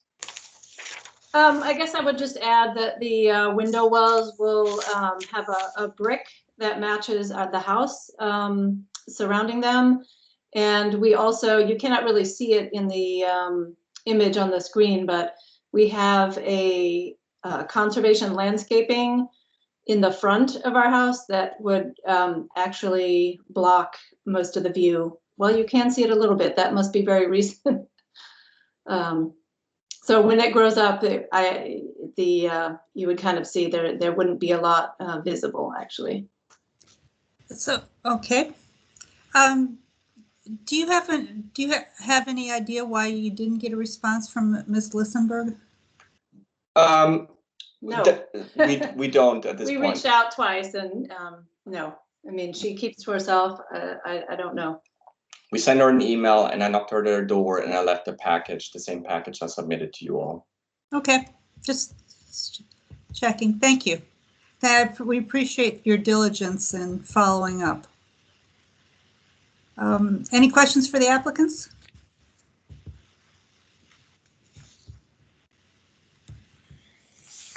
All right, discussions with the board.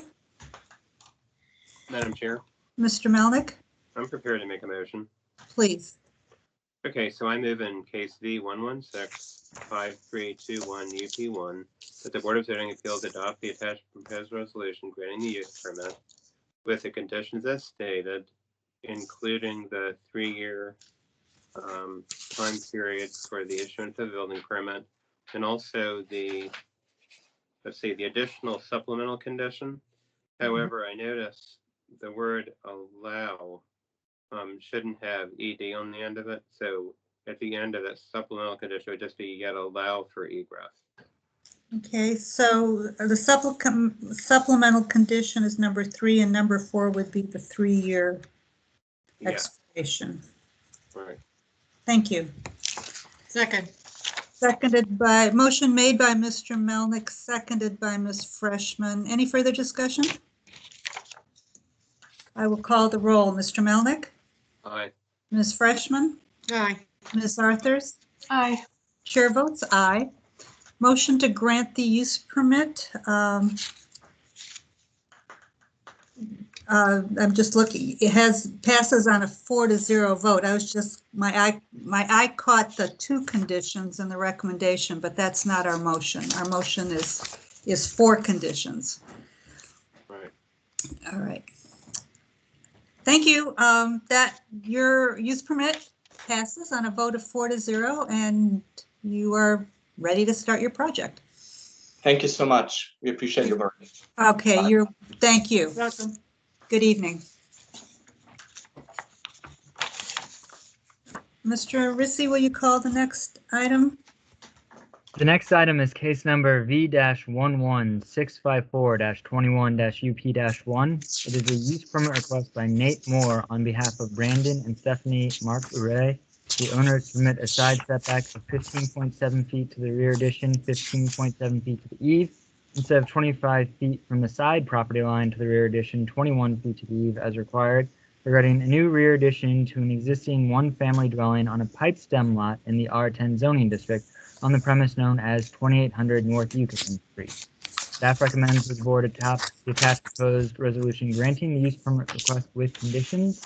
And I'd like you to please note that there is supplemental material for this case that came in after the application packet was assembled and printed. Thank you, Mr. Rissy. Could you describe the supplemental material? There is an email from the owner's agent detailing an email that they had with one of the surrounding neighbors.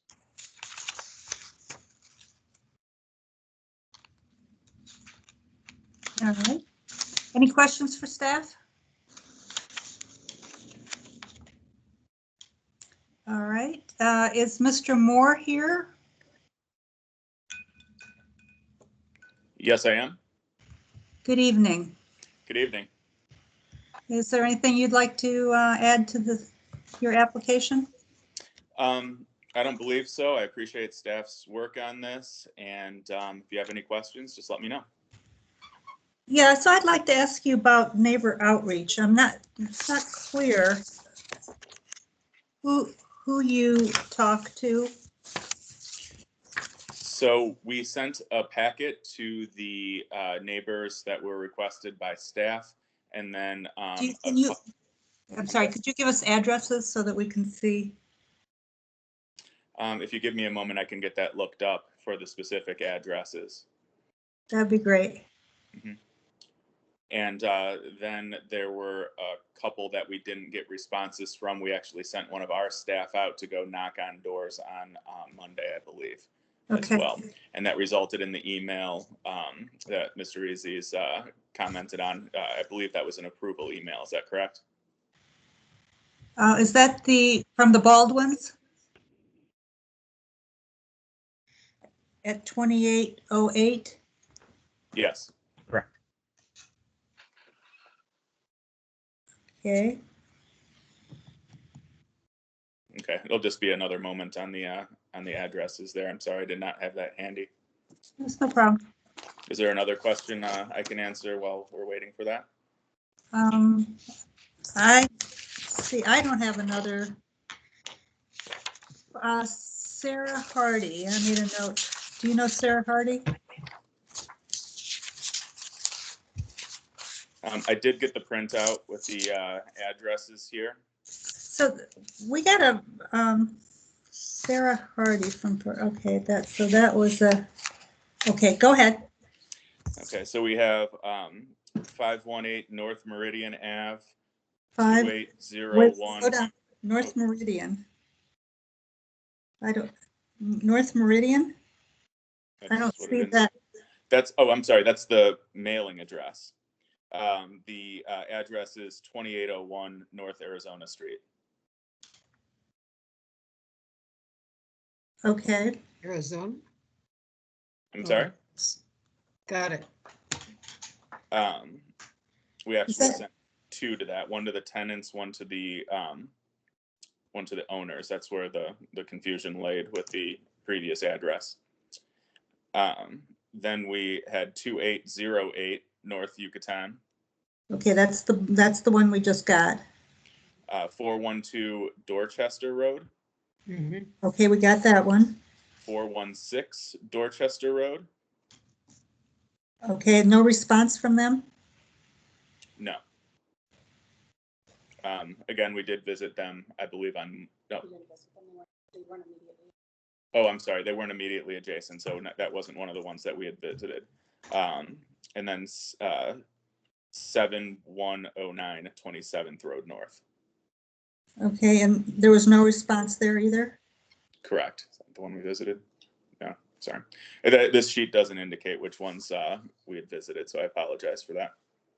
Okay, and 2801, did you mention that one? I did, yes. And what was all of these were sent certified mail. Okay, how about door knocking? Did you do any door knocking? Yes, we did 2801 and 2808. We door knocked. All right. Is there something about this neighborhood that people don't respond like they do in other neighborhoods? I couldn't say.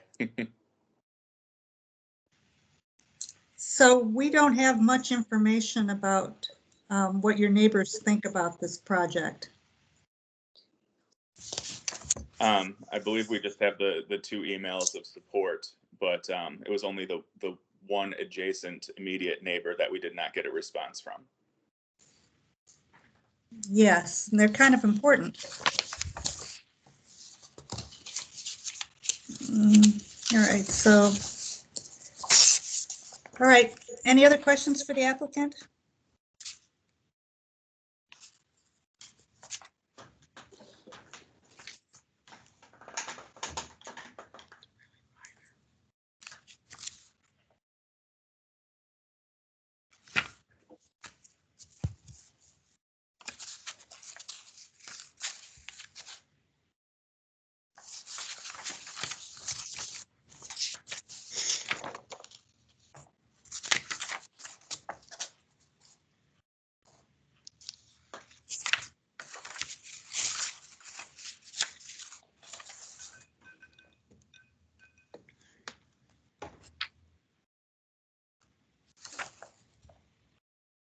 All right, Mr. Rissy, staff also sent email or letters to all the abutting neighbors, correct?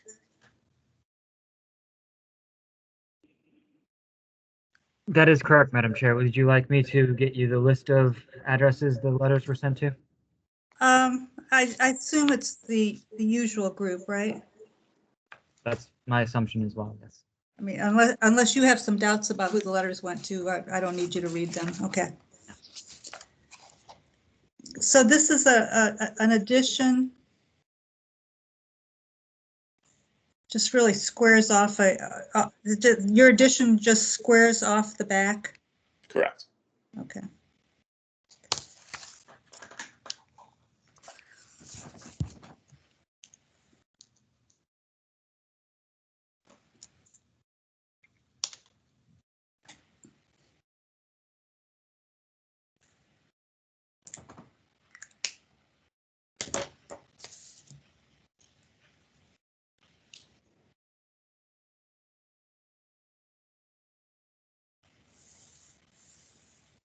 Are the owners here as well? Yes, we're here. Do you all want to add anything to your application? Not particularly. I mean, 2801, Miss Jane Stelk, we're generally pretty friendly, but she does keep to herself. Isn't really out a ton, so I'm not really surprised that she didn't respond. And we haven't done a ton of neighbor outreach because we have an 8-week-old. So apologies. Yeah, so that's just makes our job a little harder to understand, but any comments from the other board members?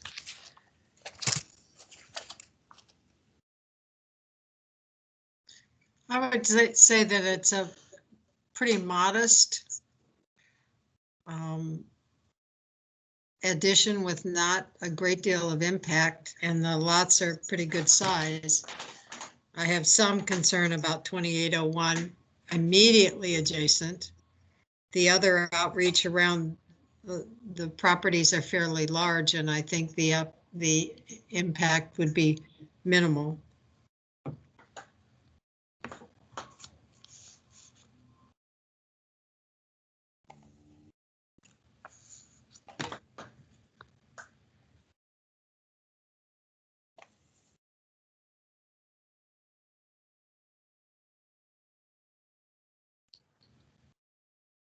Ms. Arthurs. I agree with Ms. Freshman. I think these lot sizes are quite large, other than the immediate adjacent neighbor who has clearly been provided several notices of what they were doing and had the opportunity to weigh in and chose not to. I think that's very telling. We know that she's received notice. And I mean, the lot behind them it's huge. I don't see how it would have any impact on anybody else other than her, and she chose not to respond, so. And it is a very modest addition. Yep.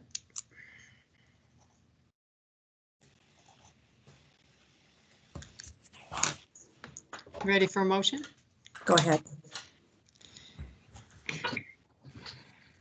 I move the Board of Zoning Appeals adopt the attached proposed resolution approving use permit V-11654-21-UP1, subject to the conditions listed in the proposed resolution and with the additional condition of a 3-year expiration on the building permit.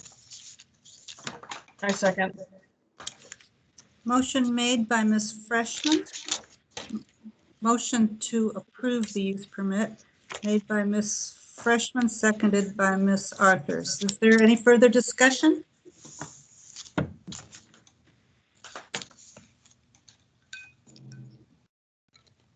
I guess, you know, the modest nature of this addition is what I think helps us get through this, but normally we would like to see more neighborhood response. I'll call the roll. Ms. Jamelnik? Aye. Ms. Freshman? Aye. Ms. Arthurs? Aye. Chair votes aye. Motion to grant the use permit carries on a 4-0 vote. Thank you. Thank you. Good evening. Have a good evening. Mr. Rizzi, I believe the next case is our last case. Yes, Madam Chair. That is case number V-11655-21-UP-1. It is a use permit request by Jeff Kelly on behalf of Casey Vanderpool, the owner, to permit a rear setback of 11.5 feet to the rear deck from the rear lot line instead of 21 feet as required, and to permit a rear setback of 12 feet to the porch, 11.5 feet to the porch eve from the rear lot line instead of 25 feet to the porch, 21 feet to the porch eve as required, regarding a new rear deck and porch additions in the R6 zoning district on the premise known as 4307 9th Street South. Staff recommends the board adopt the attached proposed resolution granting the use permit request with conditions.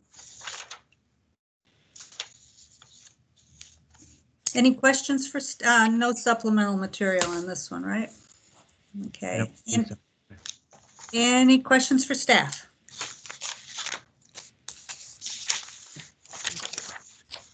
So, Mr. Rizzi, just, there's a different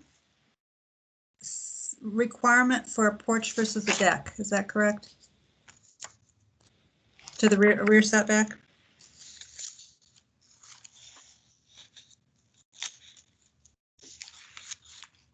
Or not? I was just reading the.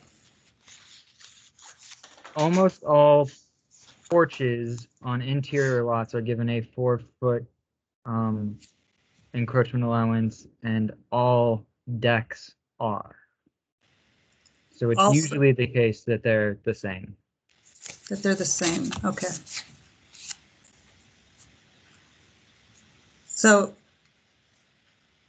I was just reading the advertisement. Yeah, 21 feet to the deck as required and 21 feet to the porch. There are some porches that do not qualify for the 4-foot encroachment towards the rear lot line, but Okay. it's unusual. Most of them do.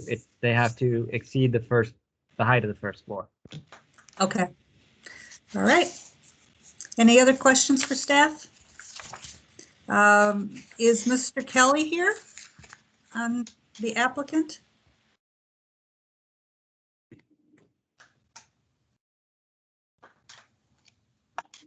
Or the owner? Hi, I'm the owner. I'm Casey. I don't think Mr. Kelly's here. I was told that another representative from Northcraft might be on, but I'm not sure. Aldo?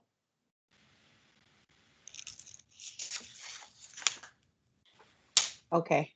We're maybe happy not. to have you speak on behalf of the application. Absolutely happy to. I don't really have anything additional to add unless you have questions for me. The one thing I do want to mention is that our next door neighbor at 4301. Correct. We weren't able to get any kind of permission or allowance from them because the owner has died. I'm not even sure who legally owns the house right now because I from another neighbor, I was told that she has 5 children and that they are currently in the process of trying to sell the house. I haven't seen it go on the market, so I'm not exactly sure where the standing is on who even owns it, but we were able to get support from many, many other neighbors in the area. We see that. That's great. No, we appreciate that. There isn't a lot you can do when the owner passes away and the whole thing is in probate. You know. I know, and she was very elderly, and I never even saw her. We've lived here for 2 years, and I've only seen her aides coming and going, so I'm not even really sure where I could go to get that information. We understand. But you did get support from your rear neighbor, which is the most affected. Absolutely. Yes, we did. They were happy to give us that support. Okay. Any other questions for the applicant?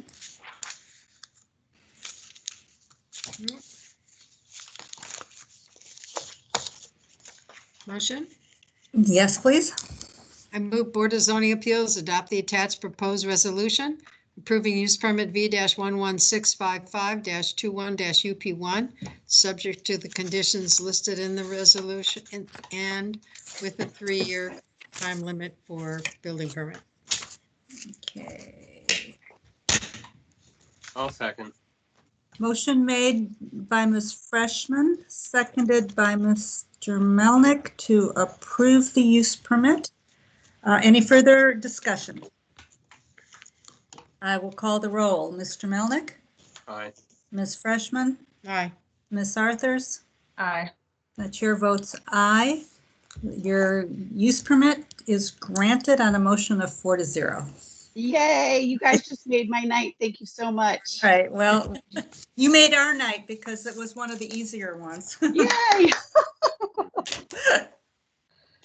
Thank you very much. Enjoy your Thank you. your new addition. Oh, we will. Thank you so much. Take care. All Good right, night. good evening. Madam Chair, Miss, I will move approval of the April 14, 2021 minutes.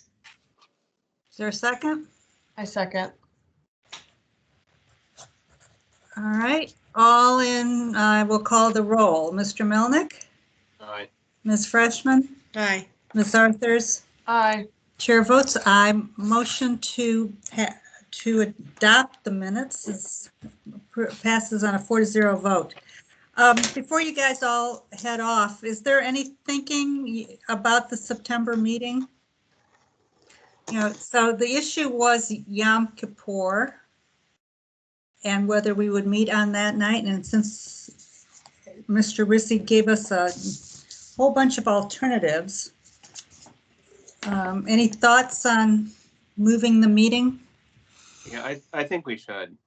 I agree. I think, because of possible witnesses, whomever, Right. it just makes sense. All right, so we agree to move the meeting. Now the question is to when. Mr. Rissy gave us some options here. If we went a week later, it would be September 22nd, which is only 3 days before the October BZA meeting, and after the board. So Mr. Rissy, is it a problem for you to hold the meeting on September 22nd, as far as preparation? Madam Chair, I don't think it would necessarily be a issue for us. The issue is just the short time period between the September and October meetings at that point. 3 weeks. For deferrals? Well, just because we don't tend to actually get started on a subsequent hearing until we finish one. So it's a lot to get done in 3 weeks. I think in those original recommendations of days, look at any days other than Wednesdays. It is something that was discussed at an earlier meeting. It is certainly an option for you, especially if we're going to continue to be in the virtual format, if days other than Wednesdays work for the board. What would Tuesday the 14th, September 14th look like? The day before our usual meeting? From a calendar standpoint, I don't know that that is problematic. Give me a second and I'll look. You will have to forgive my ignorance here. I'm going to ask the group. I don't actually know. I know that Yom Kippur's calendar days are the 15th and 16th. I don't know if it starts sundown the 14th into the 15th or if it starts sundown 15th into 16th, though. This is Patty. It's the 15th, Erev Yom Kippur. It starts the evening at sundown on the 15th. Okay. And then the 16th is the whole day of the holiday. On the 14th, I'm almost 100% sure it doesn't interfere with the holiday, but I'm kind of quite sure it would be maybe the most absolute orthodox that it might be, but I think it's the 15th and 16th is your days you want to stay away from. I agree, Patty. If there is anybody who's doing anything on the 14th, it is going to be the absolute orthodox. Yeah. And even them, I think they're still finishing up their business and stuff, so. Okay, so would the 14th work for all of us? Yeah, I like that idea, keeping it that week so that we're not rushing on either side. Ms. Freshman? That's fine. Yeah. Mr. No way to know what else is going on in the world then, but sure. I think I agree that it's better to keep it that week if we can for spacing it out for staff too. Yeah, So let's make a motion to amend I'll make a motion to amend the BZA calendar to include a hearing on September 14, 2021. Second. All right. I will call the roll. Mr. Melnick, aye. Ms. Freshman, Aye. Ms. Arthurs, Aye. chair votes aye. So we will amend our calendar to add 14th of September. Good. Excellent. Thank you for bringing that up, Ms. Freshman. You bet. But it seems like a long way away, but it comes up on you fast, doesn't it? It does indeed. It is kind of weird too, thinking about something in September and we have absolutely no idea what the world's going to be like again. Again, no. And we don't know. I mean, I guess Stephen can check on, or maybe you are already on the boardroom, just in the unlikely event that we're meeting in person. I did check the boardroom calendar. There's nothing scheduled on that calendar right now, but I'm also not sure whether that calendar is actually up to date if people are putting their meetings on it. Well, given that nobody uses it at the moment. Yeah. Put us on that calendar. There could be laundry hanging in there for all we know. I will also say that I am right now adding it to our website so that it will be publicly available. All right, good. Great. Thank you. All right. All right. Thank you, everyone.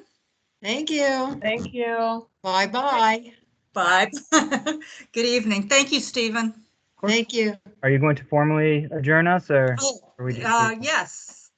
So our agenda having been completed, this meeting is adjourned.